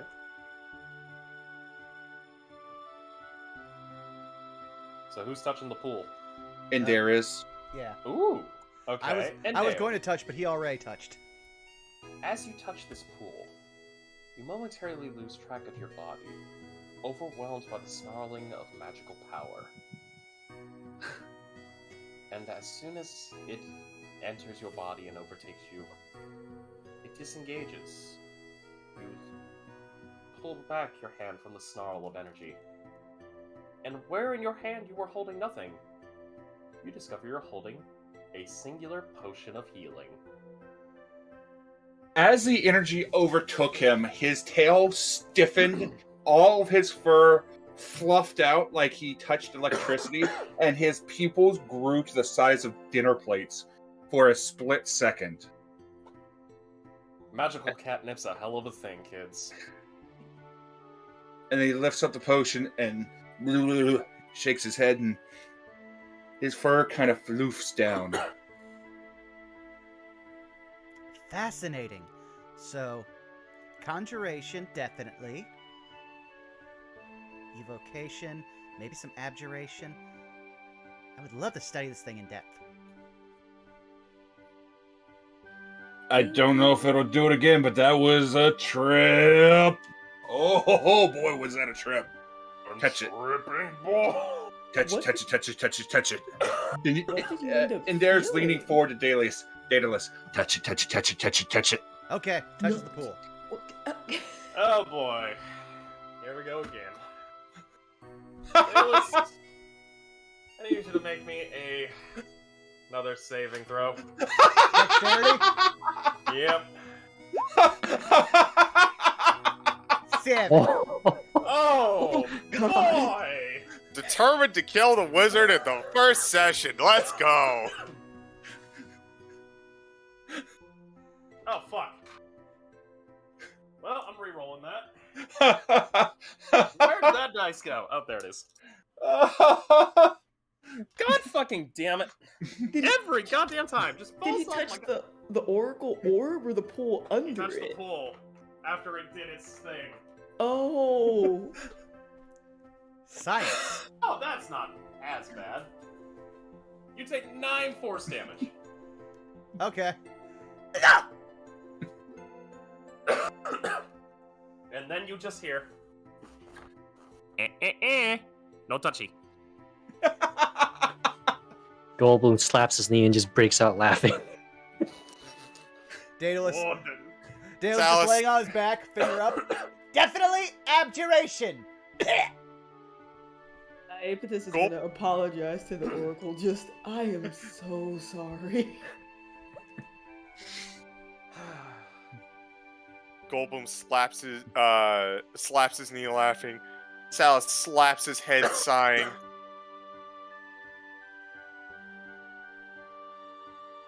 Oh, God. Thank you. Let's not try a third time. It was a bit greedy going for that going for another potion, I suppose. I wasn't even trying to get another potion. I just wanted to see if he could experience what I experienced. Oh God. Learning to is be a fair, process. we didn't know how many of those we needed, right? That's true. Would we be able to gather then from this frost then that You're whatever- able to gather that this was just it's singular items. And it Gotcha. seems that it's coded to only give singular items to a group or a person. Okay. All right. Daedalus just hops back up to his feet. Next clue.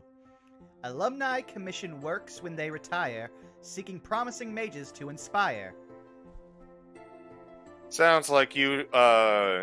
Sounds like some form of book having clue. Probably something like in the shelves, perhaps. Yes. Well, we are now officially part of the college, so runs back over and starts going through the books. All right. You As must if do he the needed books. the excuse. You gonna assume another investigation check? By all means, investigate me, boy. 6. Sallus. Wow. This is one of the few things I'm God. proficient in, and I am cursed. 15. I feel Okay. like there's something involving like art or something because of the commission part of it. Like it's requesting something. Man, talk about Occam's razor here. I also have a 15. Oh, 215. Oh, 20. 20. Goldblum, would you like to roll? Or are you still slapping your knee laughing? He's a himbo. He doesn't know how to investigate. Jesus fucking Christ. He's gonna go around He's gonna go around asking people if they want to wrestle because he's confusing commission with submission. You hear an orc scream, "Ah, so you my friend!"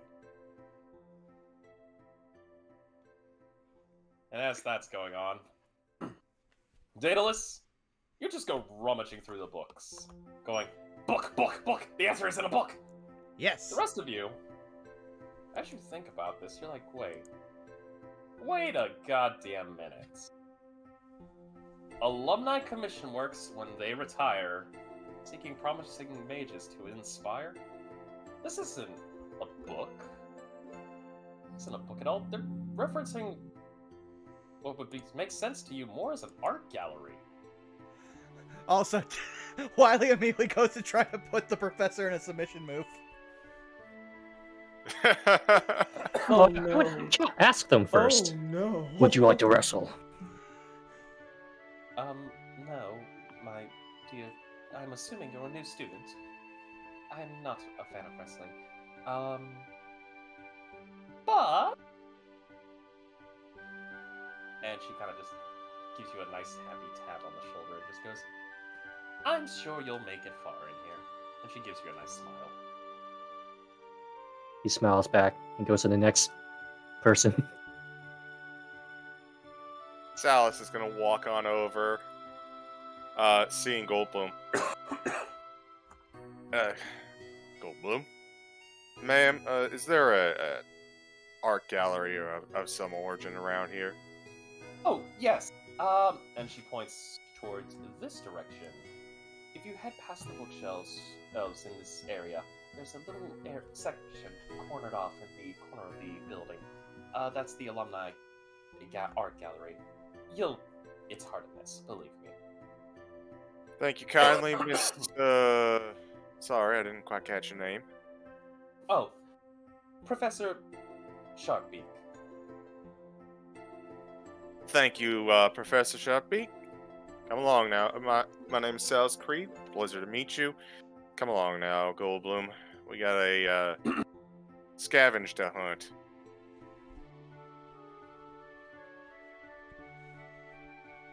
Seeing those two move with intention, Iapetus will probably start to walk towards there. Of course. Daedalus is absorbed in trying to find this book. Daedalus, come on! It's not a book! Books later! But, oh.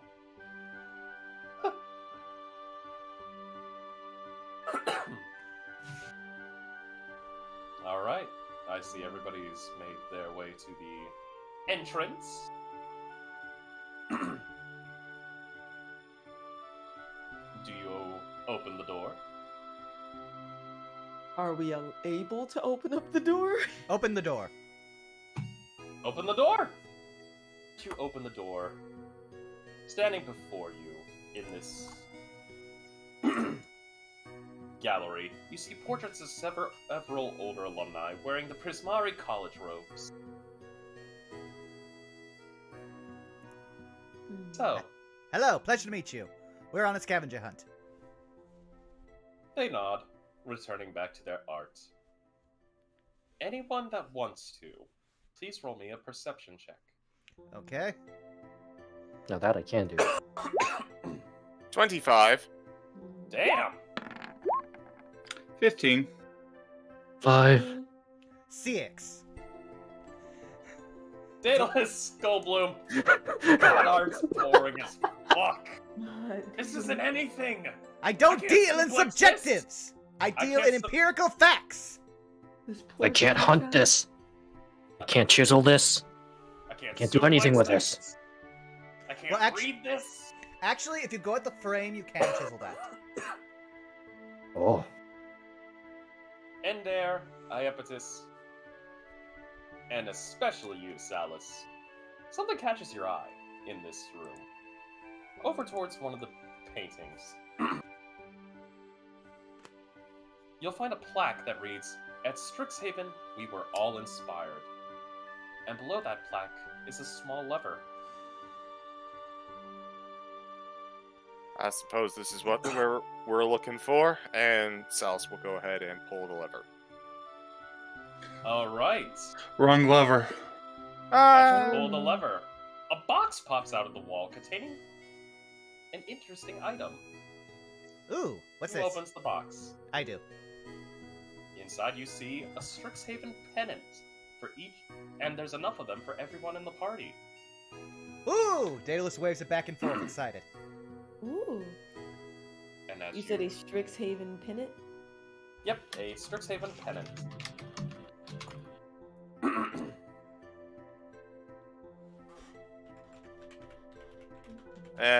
I suppose I'll go ahead and I'll add it. And Sallus is going to take the pennant and he's going to tie it on the top of his horns next to the loose scriptures. Very nice. Very nice. Endair slips up beside Goldblum.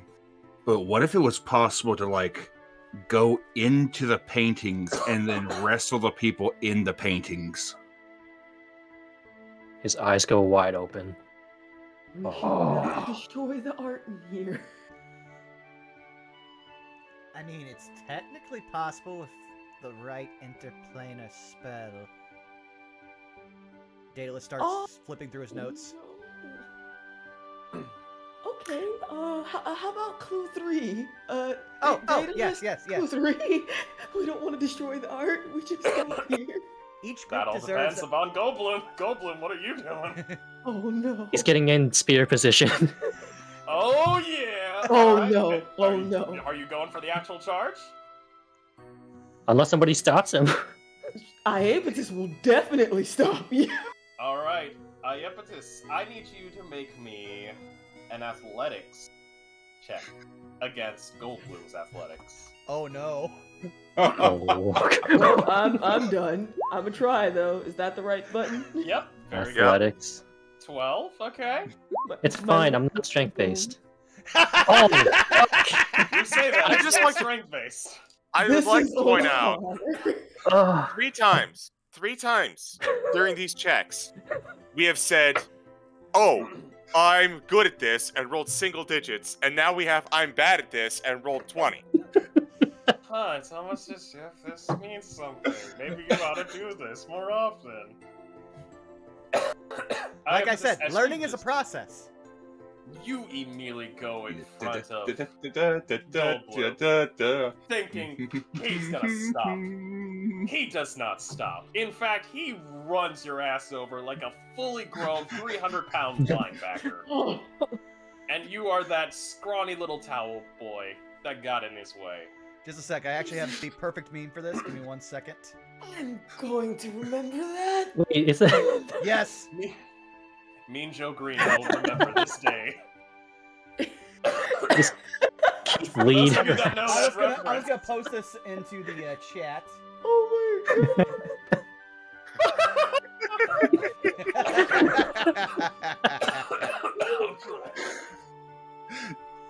That is 3 times with a single sentence I have caused chaos.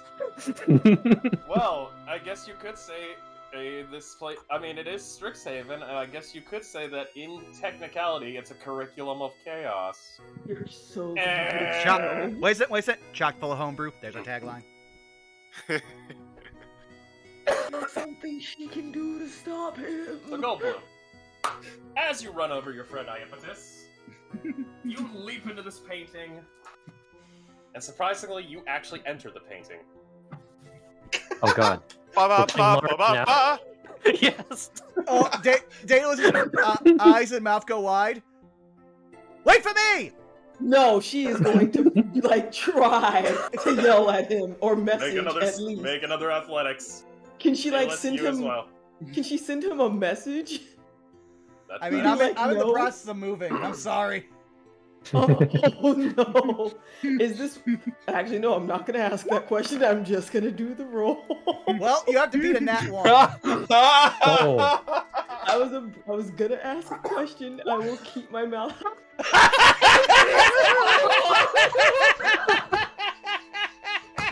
Oh my fucking Oh, a modifier. Or just a flat 2. For those listening. Roll me a d20. Okay. Oh. Oops, wrong button. Oh Christ on a bike.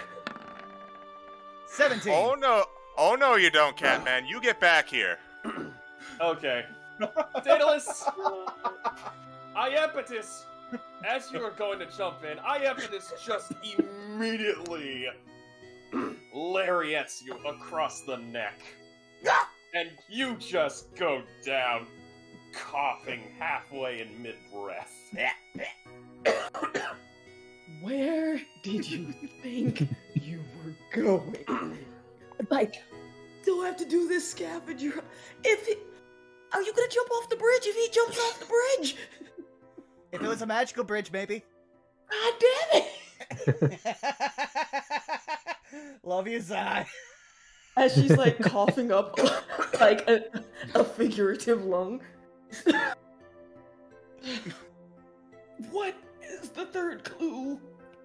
I'm not jumping in there. It's after funny him. because as this is going on, Wiley, or should I say Goldblum, you enter this portrait, and while you see this wizard just having still smiled, you failed to notice what was behind him.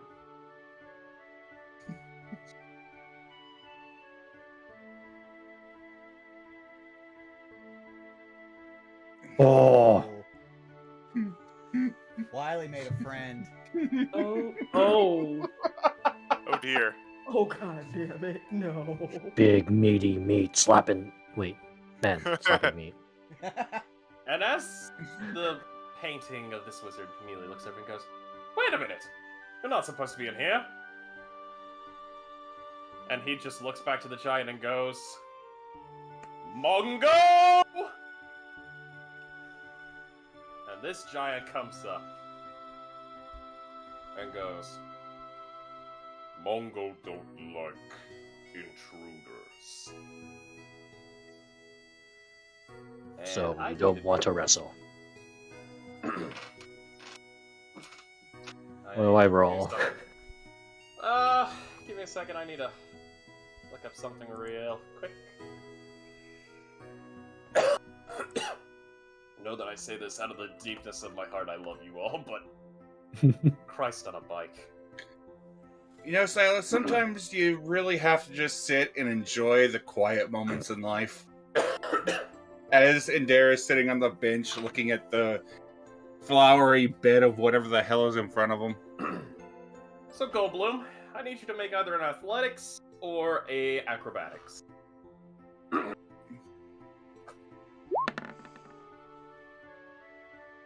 There we go. 5. Well, considering that what he rolled plus his athletics becomes a 29, you're getting chucked out of that painting. Yeet! Reinsert same gift from before. Mongo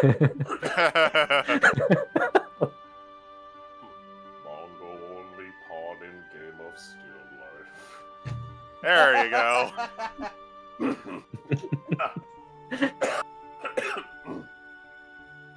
Meanwhile, Sallus and Endair over by this planter. You know, you're basically lighting a match and a stick of dynamite over here. I hope you know that. I have no idea what you're talking about. I'm just asking hypothetical questions. What he does is his own actions. I can only ask questions. I do not control their own actions. And he just gives a up to no good smile over towards Silas. Sallus just pinches his brow. We're gonna be in this scavenger hunt for a while. Meanwhile, Daedalus is just over, like, Goldblum. What was in there? What'd you find? Please, tell me. I found a giant stoned man. Amazing. Is there anything wrong with the painting? Like, did anything happen to her? Did it get messed up at all? As you look back at the painting, you see a new sign underneath, off of a hanging hook.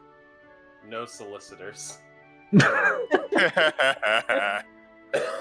Now, see, if they would have started with that, it could have solved so many problems. Anyways. All right, let's go find the others. We have a clue. Find a clue, find a clue. I got a clue for you. Endair, you were completely right. Yeah, funny how that works out, isn't it, Endair? Yeah, you know, sometimes you just have to ask questions, and sometimes you're right about things, sometimes you're wrong about things, but overall, it's a learning experience. And there's a learning curve to this kind of thing. It's the basis of the scientific principle. Hypothesize, test, repeat. Alright. Okay, so let's read this third clue. Ahem. Each group Third? deserves a free treat for their investment. Serve up this list and enjoy your refreshment. Endair's head snaps over towards Daedalus. Hello. Wow. I can actually hear the cracking.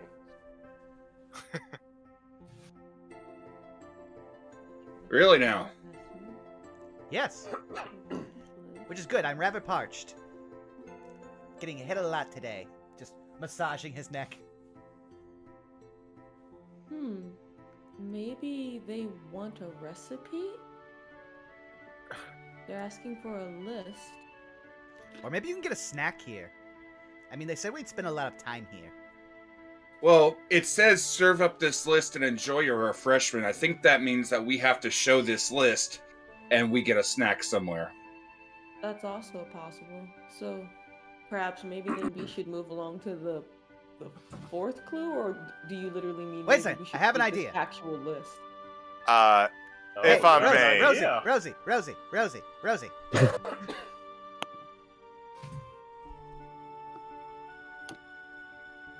Rosie. Frost, are you there? Yes, I'm still here. Daedalus ran over to Rosie and is just saying her name over and over to get her attention. Forgive. I was caught halfway in mid-cough. Oh, Daedalus, hi. Yes, could you answer me a quick question? Sure? What's up? Is there a place to eat in the Biblioplex? Place to eat in the biblioplex. A place to eat in the biblioplex. And she puts her finger and thumb to her mouth, going, let me think on that one. And let me roll. Do a cross. Oh yeah, she gets this. Oh! Snaps her fingers. Oh, I know what they're talking about. Yeah, no, there is a place to eat within the Biblioplex. There's a cafe. Ah, fantastic. Oh, also, Yeah. hi in there. This is Rose Mythenbip. Endair's head is about half poked over the table, ears perked up. Oh, tabaxi. Interesting. Hello. Been a while since we had one of those students, from what I've heard. But yeah, no, there most certainly is a cafe. If I remember correctly, it should be towards the entrance, right past the orb fountain. Thank you. Melee Frost, runs off. I activate feline agility and I run towards the cafe. By all means, please bring up feline agility again, just so I can read that just a little bit more. Absolutely. Ugh. I swear I can breathe.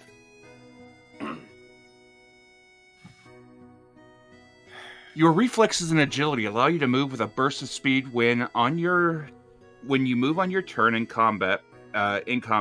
You can double your speed until the end of the turn.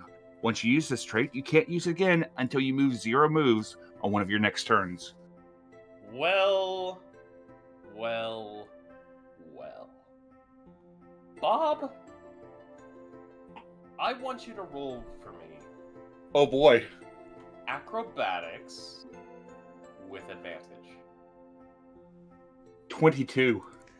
Oh, I would have loved to see the five. Well, I don't know about you, but Endair here is definitely feeling 22. Endair, Yes.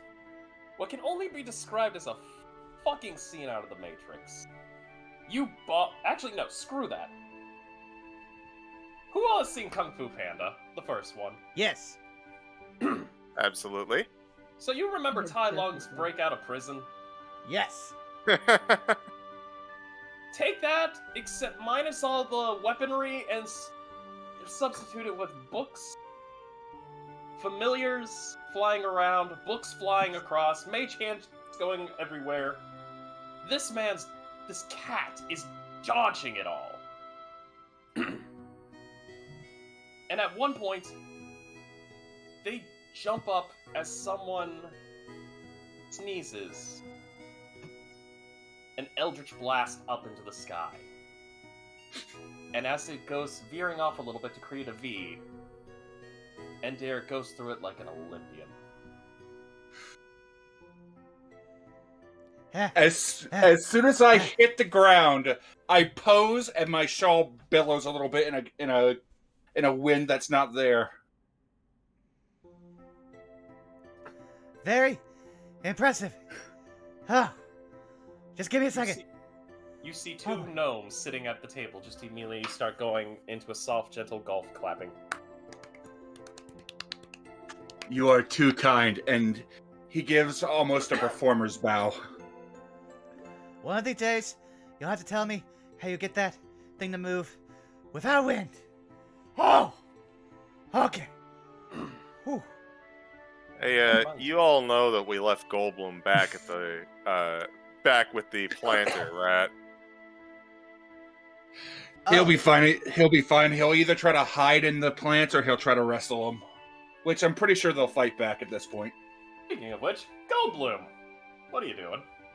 With a plant. Looking at plants. You hear a voice speak out. Do you mind? I'm trying to teach class here. Oh, I'm sorry. I didn't see any students. My students are right here. Can't you see them? And you see immediately watch as a few of the shrubs just immediately shake. Oh. I'm sorry. I didn't step on anyone, did I? You just hear one, as you're, actually, you know what, do me a favor. Roll me a, are you trying to move without hurting anything? Yeah, I'm trying to be careful. Roll me a acrobatics. That one's not garbage. 21. You gently go across, and at one point you think, oh, I accidentally stepped on someone's branch? But you just stepped on grass. And you're like, oh, thank goodness. And you hear off from the distance, you hear Rosie yell out, yeah, you gotta be careful. Professor Shrub really does not like it when someone breaks up into his class.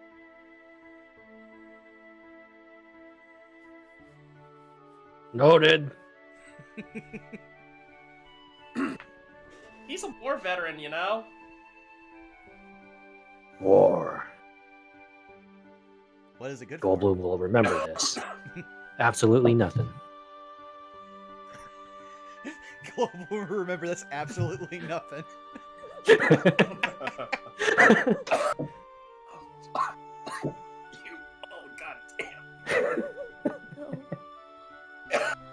I swear, if the DM dies, my last word shall be, you fuckers made me die from laughing. I thought it was going to be, my one regret is that I have bonitis. But that's my last regret. And either way, Daedalus is taking the scavenger hunt. The last clue is, Hey, Frost, would all of us have seen the clue, or does only Daedalus have the paper? You all would have seen that clue. Yeah, I read out loud. Yeah. Oh, no, I meant as in, like, would all of us have seen the clues on the paper, like, all of the clues, or... Oh, yeah. Because if that's the case, Iapetus might actually start strolling over towards, ironically enough, the area that Goldblum just left. Okay. Well, let's handle the first thing. As you guys arrive up to the counter, you see a wonderful individual just sitting down, just enjoying their time right behind the counter, and they look and go, "Oh, hi, welcome to the cafe. How can I help you?" Yes, we had the scavenger hunt, points to the item. I think we're supposed to see you and get some kind of refreshment? Refreshment. Oh! Oh, of course. Oh, and by the way, it's Love Fitzbottom at your service. And you look, it's this, gnome commoner just sitting behind the cafe manager. Oh, pleasure to meet you. Daedalus von de Vente. Oh, pleased to meet you as well. Alright, so... let me read this. Reads it and goes, "Ah! Here, come with me. Here, right behind the counter. Okay. If you could do me a favor, could you help me first, restock the cafe sandwiches and baked goods?" Oh, sure. Go right ahead. Yes, absolutely. And you all see, as you are beginning to restock... how do I put this? Endair doesn't care how long it's going to take. He's going to help this woman because he wants to be a chef and he wants to serve food, and this is serving food. Please roll me, everybody who is helping, Okay. dexterity checks. Checks. Oh boy, give me 1 second here. Oh boy! I can't wait! Here comes the nat one! Here it is! Holy I got another shit! one. 13. Bob, you cursed me! I was talking about me, not you! Right. Oh no! On a what? Man, I can't believe you got a nat 1 on your nat 1 cursing. Anybody else helping out with this? Sure, I'll help out. Let me get... Man, I've heard of bull in a china shop. I never heard of Goliath in a bakery. Well, you never heard of Goliath as a barista either. 21. Button. Where did it go? You just click where your main stats are. That's how you do a dexterity check. Oh, yeah. So not under saving throw, just the thing on the left? Yeah, I was just looking thing on the for left it. where it says dexterity. Just the thing. Ah, there we go. Alright. So... how do I put this? Goldblum, we'll start off with you. Roll me a d20. Oh joy. I am trying to, but hang on. That's why. Oh. 5. Oh no. Goldblum, as you immediately go behind the counter, you step on a banana. A full banana. It shoots out of the peel, hits off a wall. Actually, that doesn't even hit off a wall. It goes flying into a overturned little pot, comes back up and smacks you in the face, causing you to step on the banana peel, slipping and falling, hitting your head off of a shelf. I need you to take...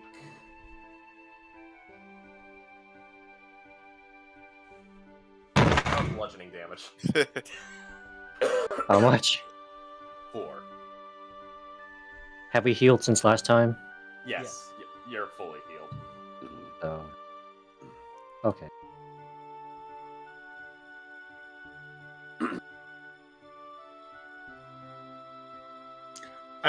Endair looks at Sallus. I did not cause that one.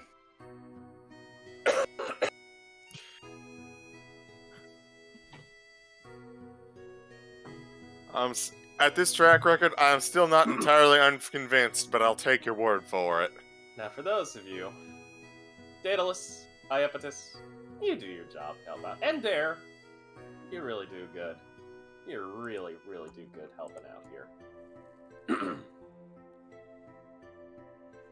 And in fact, because you and Sallus went above and beyond, I'm gonna give you...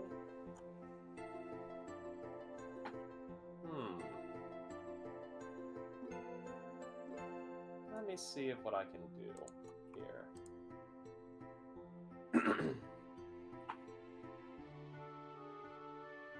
Give me just 1 second, because I actually have to open up another thing.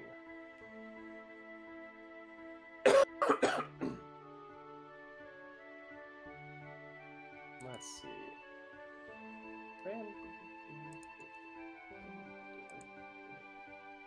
Forgive me, everybody. No worries. It's all good, man.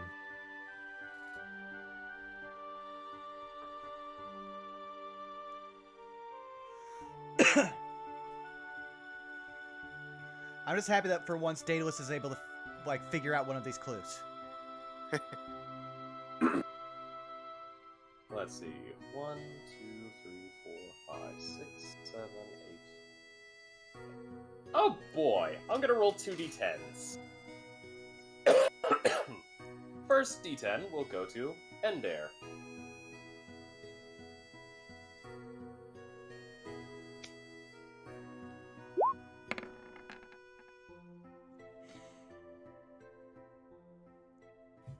Two. 3. And a 3. Interesting, interesting. Endair, you Yes. are immediately given, as thanks for your hard work, generosity, you are given this cuddly Strixhaven mascot.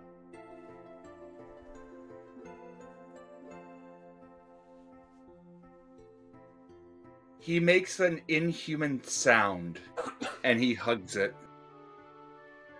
Oh boy. Oh. What did Sallus get? Sallus, you are given a Lorehold primer. Oh! Interesting. It's gonna start reading over it.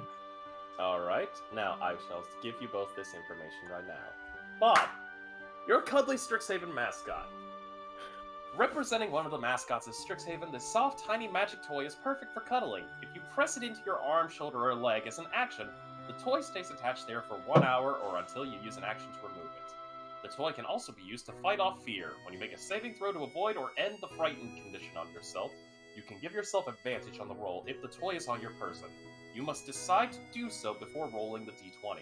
If the save succeeds, you can't use the toy in this way until you finish a long rest. Interesting. And as for the Lorehold Primer, the Lorehold Primer is a magic textbook created at Strixhaven's Lorehold College. Primer has 3 charges and it regains 1d3 expended charges daily at dawn. If you make an Intelligence, History, or Intelligence Religion check while holding the primer, you can expend 1 charge to give yourself 1d4 bonus to the check immediately after you roll the d20. In addition, if you study the primer at the end of a long rest, you can choose 1 first-level spell from the Cleric or Wizard spell list. Before you finish your next long rest, you can cast that chosen spell once, without a spell slot if you are holding the primer. Your spellcasting ability for this spell is your choice of Intelligence, Wisdom, or Charisma. Ooh. That is good. They didn't give us many magic items, but they gave us some. Well, the cuddly mascot's worth 100 gold pieces, and the Lorehold primer's worth 300. This is a quite the generous gift, and admittedly, probably the highlight of my day so far. Oh, think nothing of it. As this little gnome lady just pats your thigh and just goes, "You're good." Pats both of you. Alrighty, you might want to get hopping. Day's not over yet, and you still have a few clues left. Yes. Thank you for your time. No problem. Thank you Thanks, so much for your Over to kindness, you, ma'am. Goldblum. And she helps you Whoa. up and goes, "Oh, sweetie, here, let me help you." And she helps you back up. Thank you. That's a strong You're ass gnome. She I was about to say. She pats your ankle, and just heals you. You regain all 4 of your hit points. We didn't break anything with the fall, did we? Or while putting stuff away? Yeah, it was just a shelf, but it was a shelf that, could be reattached. Wait, I can fix this. I cast mending. I was gonna fix it! Well, there you go. I wish I had thought about that. I have that spell too. Mending. we It's all have I useful can for a fix lot it. of things. All of us just rushing over to fix one shelf. Also, I forgot that I have to make sure that things scroll so that everyone can see that Wiley has programmed gifts into all of his spells. I'll fix it, Mom. Not all of them. There's a lot. I know, because you're a druid. Yeah. I grew up around dwarves, so I can fix things real good. Oh. Well, bless your little heart. Or big heart. Your heart. I can feel All right. twinging. All right, next clue. These leafy beds aren't always what they seem. Give them a pat and see what you glean. That sounds like that planting area that we passed by on the way here.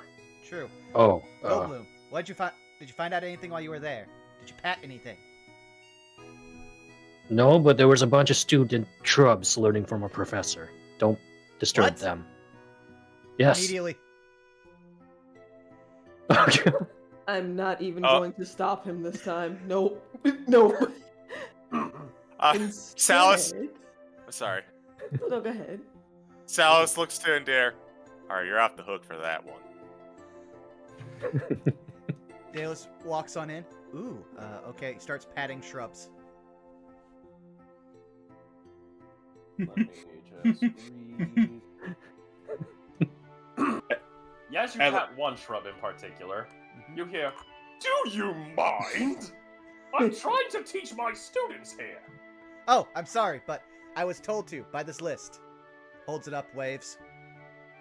You see the shrub immediately stand up. Oh. And as it shakes a little bit, and you see reading glasses appear in front of it. Alright. Let me read this stupid list.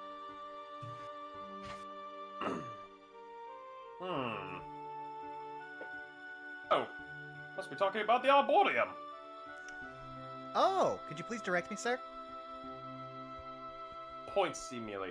You'll notice, sorry, you'll have to notice, Picus, Nicus, and Tricus. And Yep. he's pointing a root towards 3 shrubs, each with a glistening crown of leaves. Oh, yes. So these are your students? Yes, I believe... And one of them just kind of shakes a little bit, and you hear rustling, and he goes, Oh, really? Oh, in the Arboreum, right in there. Apparently someone put something there. Oh, thank you, sir. I look forward to your class. Gorse. And immediately from there, you just immediately see the shrub just sit back down. Ariadne would love that man. So, who's all reaching into this Arboreum? Iapetus walked over to it as soon as Goldblum said we shouldn't go interrupt the other professor. So she went to the last place she saw trees, which was when we went to go check in. Okay. So, Iapetus, this is you. It was me, yes. As you reach in, you feel something solid. And as you pull it out, you pull out a cuddly Strixhaven mascot! What does my little mascot look like? Your mascot looks like... Allow me to allow me to post an actual picture of this because I'm pretty sure I'm gonna. Yeah, no. For if it's the one I'm thinking of, yeah. No. It's gonna be a thing I pull off of custom. Oh. Lord help us if it's baggy. It's not baggy, even on the list. If it There will was not baggy- be another baggy incident. If it were baggy, Yes. she'd actually be really happy about that. Okay. Yep. Yeah, we're going with this one. Copy image. You get this. Aw. Oh, Hasn't popped up for that's me. so cute. You pull out a nice little real light lima green dragon. It's like Oh, jade colored. She's gonna Oh. name it Wheezy. Do it. Anyone who gets that reference, bless them. There you go, chat. It's Yeah. adorable. Oh boy. But yeah, got a cuddly little Strixhaven mascot for yourself now, Iapetus. Yay. Make sure you record that in your inventory because that is actually an item. I am. All right. Yep. All right, we have one last clue. Some stars are ancient, enduring, and bright, but others, maybe you, are born on opening night. Wait a second, I think I had this one. And again, Daedalus runs off. To a stage.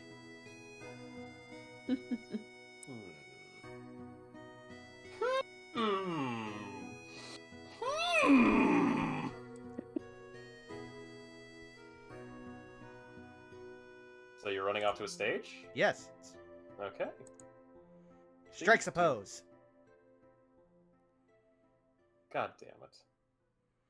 He's just Goldblum dabbing. golf class.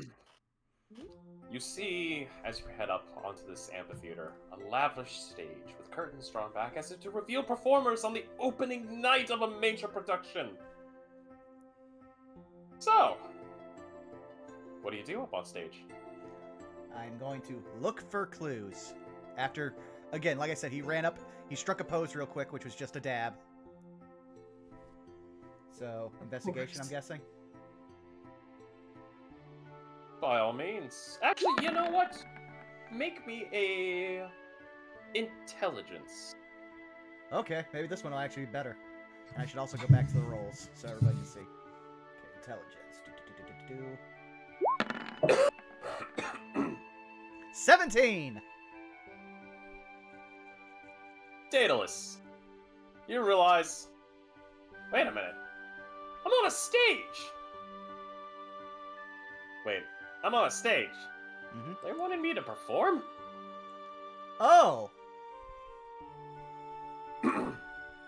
Well then, Daedalus will attempt to imitate a dance that he was probably taught as being part of a noble lineage.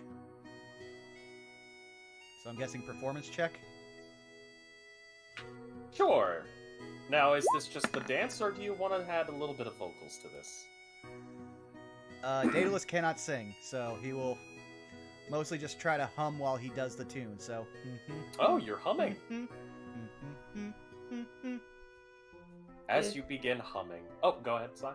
Oh no, I was No, gonna no. ask if Iapetus recognizes the tune, could she take out a little ocarina that she has and like quietly like play it to kind of help him along? Are you jumping up on stage to play with it? If he wants me to. Of course, the second he sees it, he's like, Tussie, Tussie, Tussie! she'll Oh, walk boy. on over and she'll stand like about here just so that it's still kind of like center stage, but he gets that spotlight. Yep. Okay. So the spotlight also comes out on you. Please roll me a performance, if you would, Iapetus. Okay, I will try not to fudge it. Button. 21. Natural 20! Damn. Yeah, I was about to say, Nice. while Iapetus is playing and he's dancing, he's just throwing dancing lights around them. just For those of you that have actually heard the song Blinding Lights by The Weeknd, the intro at least, that's basically what Iapetus is just activated. I'm Also, sorry. good song. I just imagine that no matter what is actually being performed or played, Daedalus is just doing the Carlton. God damn it. You know what? Yep, nope. The dancing lights are like bobbing around Iapetus' head in times with the snaps.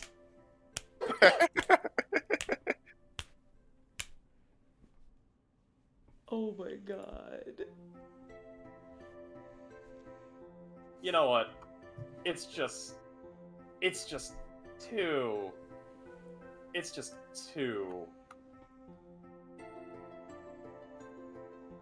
I have to do this. I'm sorry. I have to do this. You're gonna hear some actual music.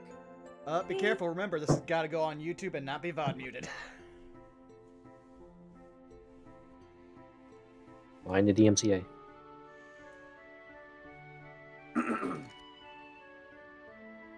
Don't worry. It's.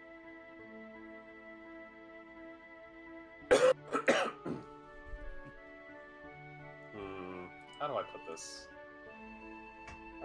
Actually, you know what? I was about to say, if you want, you could put it in the Discord and I can drop it in chat for everybody. I was gonna say, because how do I put this?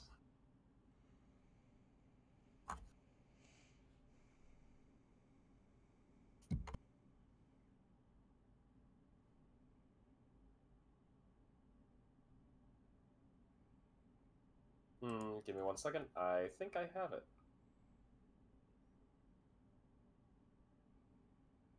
We're not playing the full thing because it's over a fucking hour long. And even I'm not that merciless. Sure you ain't. Just like a few seconds of it.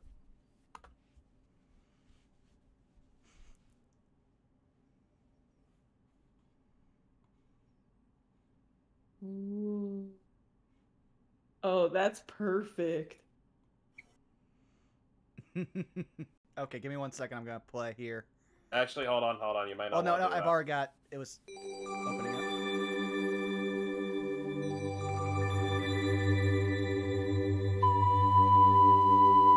Okay, you might want to cut that one out. Yeah, there we go. That's Game of Taste. Yeah. Alrighty. So as this music is being played, you immediately see bright floodlights snap around the stage's perimeter. Two in particular. And they're glowing even brighter. In fact, you kind of can't see in the light anymore. It's almost as if they're literal beams. What do you guys do? Oh, they're like kind of above us? No, it's on the Oh, it's on the stage. Daedalus immediately moves into one of them. And, See, all right. some are enduring and bright, but others maybe you are born on opening night.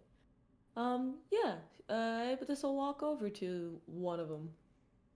As you walk into the light, you feel around and you grab something solid. And as you pull it out, you bring out a hooded lantern filled with oil. Ooh. Hooded lantern. I shall add this to the sheet. And I will continue the school music. This is nice, but as a draft, kind of redundant. Yeah, I mean, although I can see in the dark, still. I know. We both can. But I think we've completed the scavenger hunt. That we have. Alrighty. And as you have completed your scavenger hunt, you start hearing a commotion coming from the west shelves of the main stacks. The joyous energy and energetic atmosphere of the first floor is shattered by panic shouting. The trunk! What? And as you look over, you see this young elf girl screaming, pointing towards the stacks as she runs by. That trunk has teeth! Please, anyone, stop it! Oh. And chaos begins to erupt in the library as students start screaming in all directions. Their books and papers flying as they shout in fear. The only faculty mages in sight are trying to deal with the panicked students. You can't just let some monster ruin the first day of classes. So what are you gonna do? Run towards the danger. Yes. Alright. I'm going after it. Begrudgingly walk towards the danger. As you go over, allow me to pause this. And as you all go over, you immediately notice that one trunk begins sprouting arms, legs, and teeth with a wide tongue. Oh no! Oh, yes. Ooh, fascinating. I don't know, another one of these.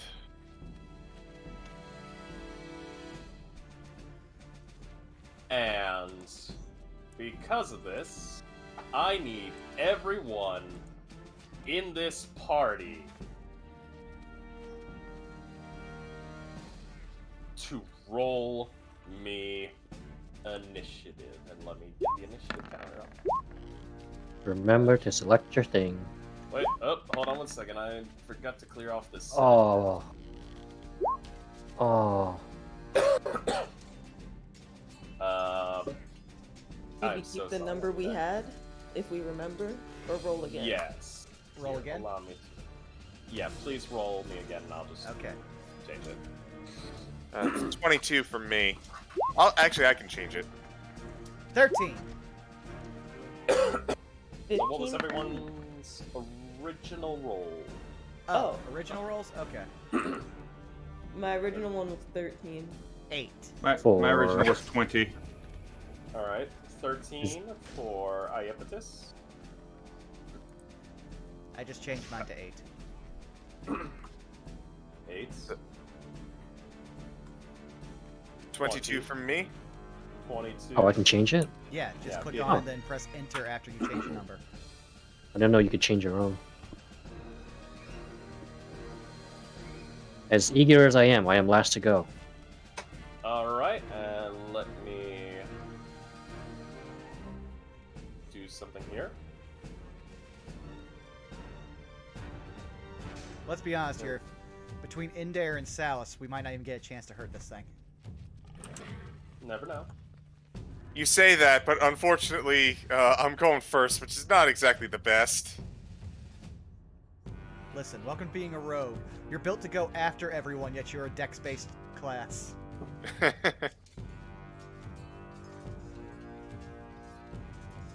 So, do give me just 1 second as I pull up. Oh! I just finished off an entire energy drink and it went down the wrong tube. Give me a second. Ooh. Ooh, yeah. Oh, that pleasant Alright. citrus sting.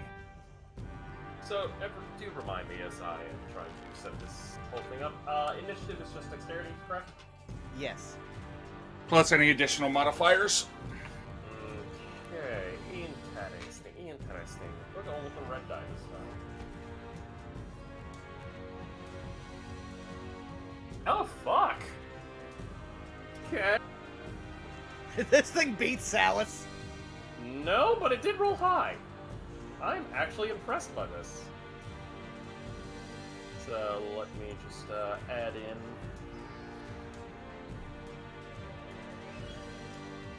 And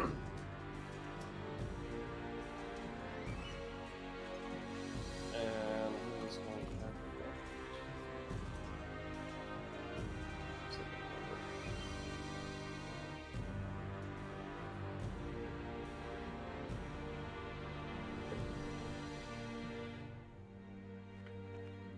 All right. we're gonna start this whole day off with Sallus. You're up first. All right. Remind me that that thing that from session 0 that I didn't have initially. Do I have it now? Yes. Okay. He's gonna look to this thing, and from his background, he's like, "Oh hell! Even show up even here, God's damn it!" And he's going to pull out a short bow, and holding out the bow as he does, there's nothing in his hand, and you see words like tome and like tomes of ink swirling around to form an arrow as he pulls out his short bow and uses steady aim to get advantage on the shot. Alright. Taking pot shot. Taking a pot shot at this this trunk with teeth. That's a 23. 23 hits. Roll damage. Alright. Because I had advantage on this, that is 11 damage with 5 piercing and 6 sneak. Now, what do you want to do? The one thing you can do with your sneak attack? Yes, I will go ahead and do that, and I will make, because I successfully landed a sneak as a Heaven's Blade Rogue. If I can pull it up. Where are you?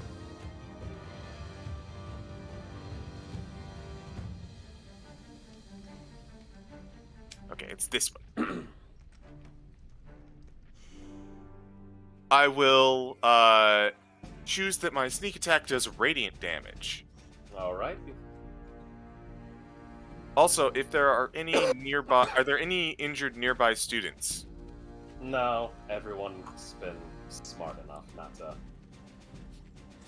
get too close to the thing that has teeth and now has limbs. Alright then. I cannot move, so that is my turn. Alright. And with that being said, Endair, you're up. Mimics on deck. Okie doke, the Endair moves up a little bit. He's going to look at the creature, and I target the creature with a special ability of mine. I activate the Rule of Bob. Bob, finally in this. So I can target this creature with as a bonus action on my turn, and whenever they take damage from a new source, they take an additional d6 damage of a particular type. I have to roll what type it is. Okay. So now I'm going to roll for my type of damage. It is a 2, so they will take cold damage. So anytime it gets hit by a new source of damage, they are going to be taking an additional d6 of cold damage. Okay. I will now use a spell slot, and I will cast... let me see. I am going to cast Chromatic Orb at this thing. Ooh. So I should have it. There we go. This is going to be cold damage. Does a 15 hit? A 15 does hit.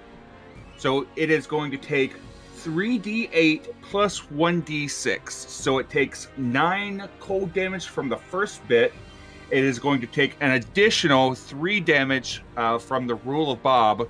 So it takes 12 cold damage, and that ends my turn.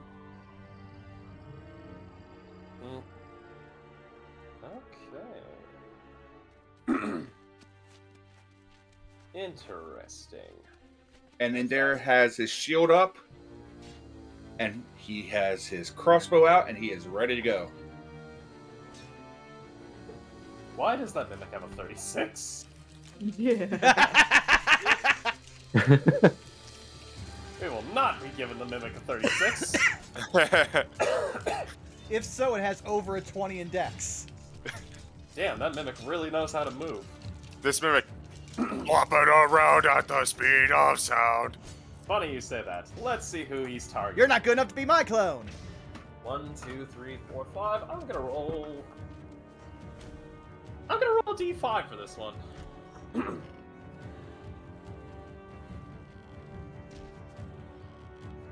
I don't suppose that since I just damaged it, it'd come after me. Or that I have a higher chance to pull aggro of this thing. Under normal conditions, I would say yes.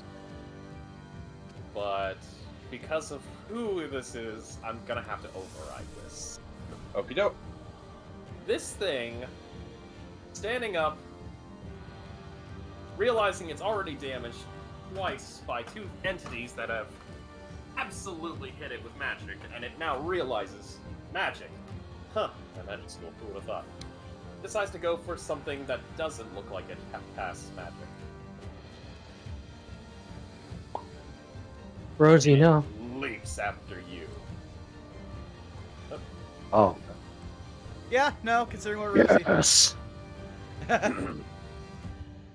Now, this is where it gets fun.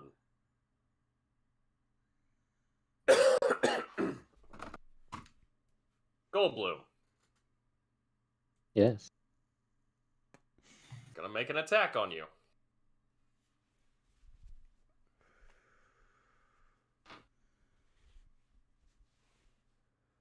Does a 15 hit?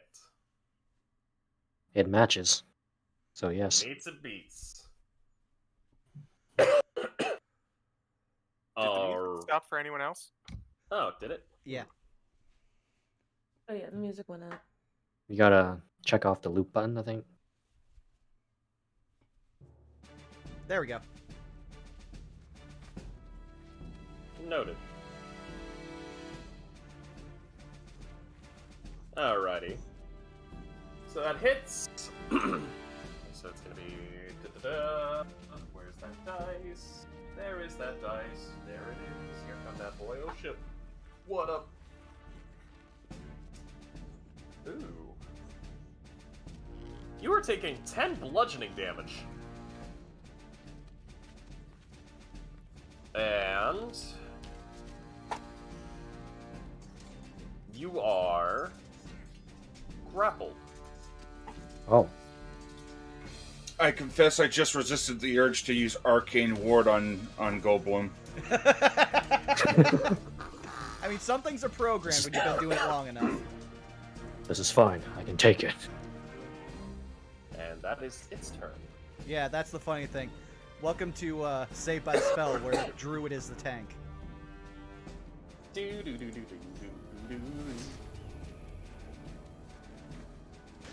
And now, Iapetus, it's your turn. Oh, question for you, J Frost. So, can I tell that if I were to use any sort of flame in this area, I'd probably end up destroying valuable things in this library? More than likely. Okay. So, knowing that much, Iapetus is gonna try to avoid doing anything fire related. Unless she can fix it. So instead, she's going to first, just for the sake of having it out, she's gonna take out the light crossbow that she had from before. You don't have a light crossbow. Or you have the proficiency. was it a? You have a longbow. You can use a light crossbow. Sorry, thank you. I couldn't remember which one it was. My sheet still says that I have a thing for it.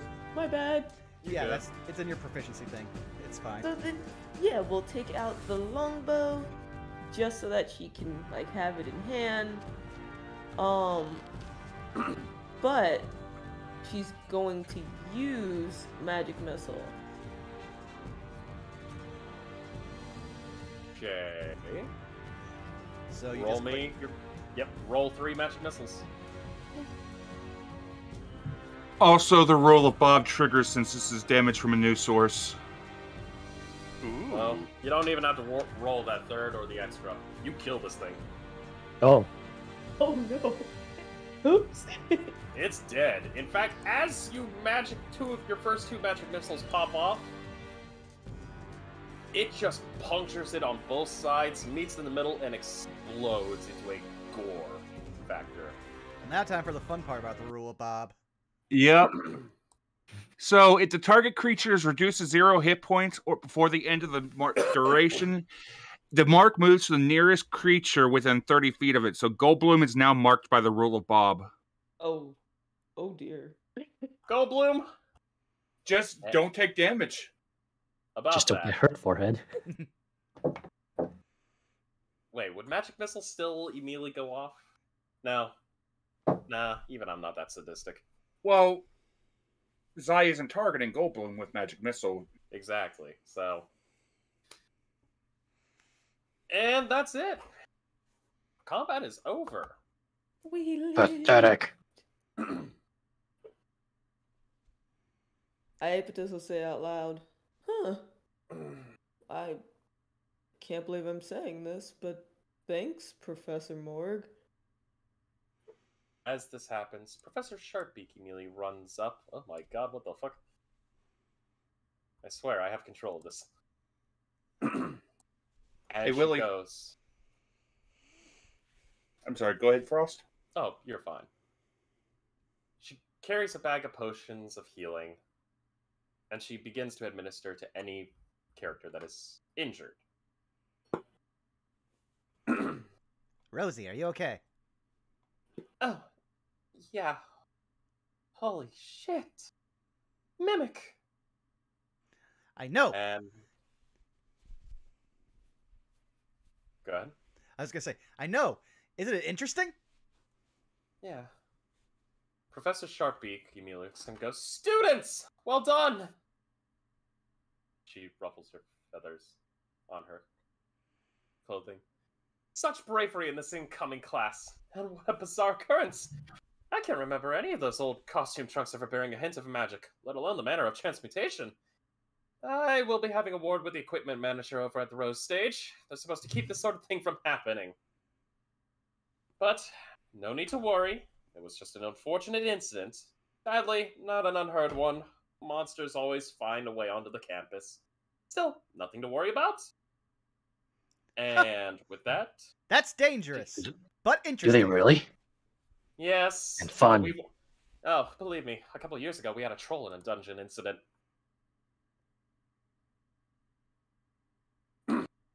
But anyways, you all deserve a good little treat. And she reaches into her bag, and she gives each and every member of the party 1 platinum piece. Oh! Ooh. And as she walks away, she welcomes them to campus. Is there any way I can, like, check the Mimic for, like, loot or pieces that I can pick up for, like, magical reasonings or item crafting or what have you? Secret ingredient. Roll me a perception check. Absolutely, positively. While that's happening, Daedalus just runs Perception. over to Iapetus and just like, Ha! Pussy! That's a trunk. Rule of Bob kicks in right after. Yeah, yeah, Oh. yeah. Seeing as Oh, dear. it was grappling me, can I make a check By since all it's all means. over me? Oh, by all means. What is that perception?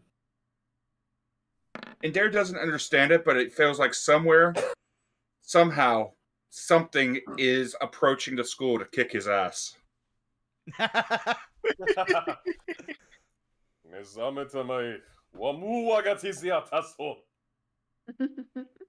those of you that know what that is, we'll see you in part 2. Yeah. Meanwhile, Daedalus is just like, Tussie, do you know how many spell components we can buy with this? You're thinking about spell components, and I'm just like, I can get a single hot cocoa and have change. This is amazing. You could buy an entire store that makes nothing but hot cocoa. Or, hear me out. I could buy a hot cocoa and then put the rest away for the spell component, and then sell hot cocoa. Didn't Mom like give you, like 10 gold so that way you could afford things? I'm frugal.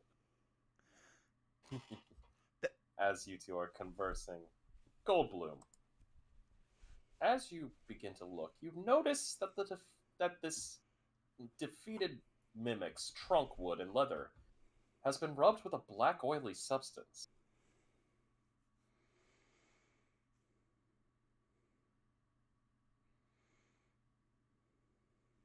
I will like poke at the goop and show it to Sharpbeak, was it? Yes. As she looks at this, I found some goop. oh, it's just likely just a leather conditioner. Nothing of import.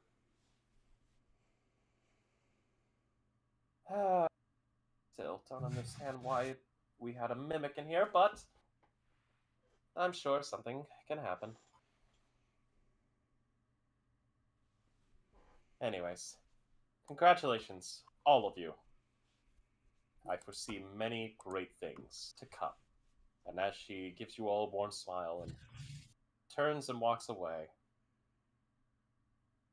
you hear the bell go off. And that is where we will end our session. Hey, Hooray! Yeah. covered in justice. Oh, I can afford to record spells! I can pay for my guild membership. I can buy That, ladies and food. gentlemen, was session 1 of Saved by the Spell. Yay! Great session 1. Yeah! Yeah. Damn right. Holy shit. My head hurts. I My was like, spirit oh painting. no, oh no, Mimic is gonna kill us. Oh no. Oh no, Mimic's gonna kill us, and it's dead. And it's gone. But yeah. Great work, everybody. Great Yes. work. Now, You because too, of Doc. time, I know we're going to have to go through this. Let's start off with Zai. Zai, where can they find you? Alrighty. Well, outside of here with you guys, I guess we're doing every other Saturday, maybe. Yep, we'll be continuing on. I just The had 12th. it. March. I want to say 12th. Yeah. Yep, March 12th. Yep. Alrighty. Well, then, outside of being here with you guys for Saved by the Spell on every other Saturday, you can catch me over at twitch.tv/ZymieSite, where I'm either playing Bloodstained Ritual of the Night, drawing stuff on Wednesdays, or getting my ass kicked in Streets of Rage 4 on Fridays, because I apparently like hurting myself with this game. But yeah, if I'm not doing that, I might be writing some stuff over on there to go blurbs.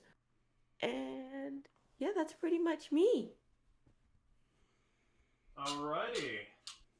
Let's give it up immediately next for Zai. Pass it off to whoever you feel like.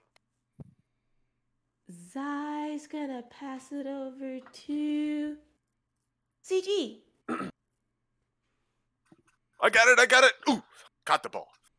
Hey!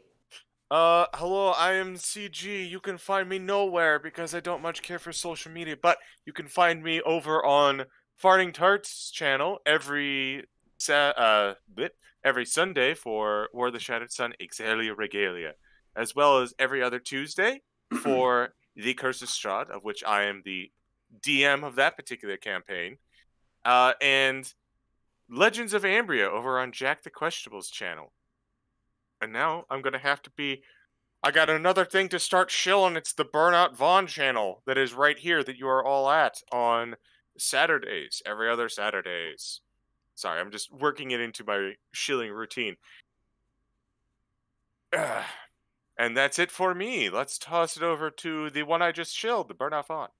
Well, yes, hi. You've already found me here at twitch.tv/BurnoutVaughn. You can also find episodes of this as well as the other weekly D&D game I play in, Cholta Personality, over on YouTube, Burnout Vaughn.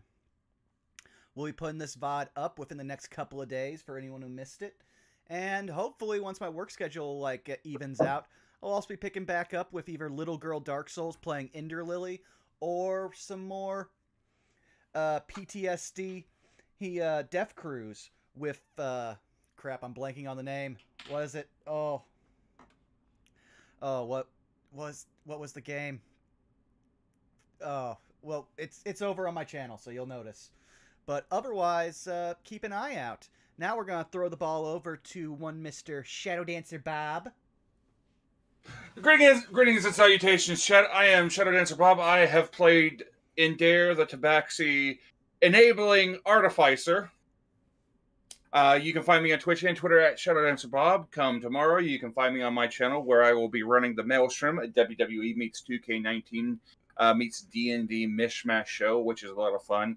On Monday, if you're not all D&D'd out, you can find me on twitch.tv/LennyPator, where I play Daenerys, the Tabaxi Artificer Wizard, where we will be hopefully going into the Maw and doing battle with Asmodeus himself. Oh boy. Yeah. Over the course of the week, we've got Where the Water Tastes Like Wine. We got Tuesday with Destiny 2 with the 101 Guard. The Witch Queen just came out, and we had a 14-hour single run session of the entire campaign in one sitting. That was crazy. But Sundays we might also have the reunion of the Murder Cave, which is always fantastic. But Willie, where can people find you? What do you have going on, my friend? Well, they can find me at twitch.tv/xwiley, where on Mondays I'll play, I guess, Dead Cells now because I can't get Bloodstain to run properly because my computer sucks. But I'll be playing whatever random games I feel like that has a lot of RNG to kick my ass in. And you can find music and memes on my YouTube channel whenever I do post. Including the Saved by the Spell entrance theme, which I think we'll play before we send off to Array, just because I want to show off Wiley's amazing talent, and you can't stop me. Facts.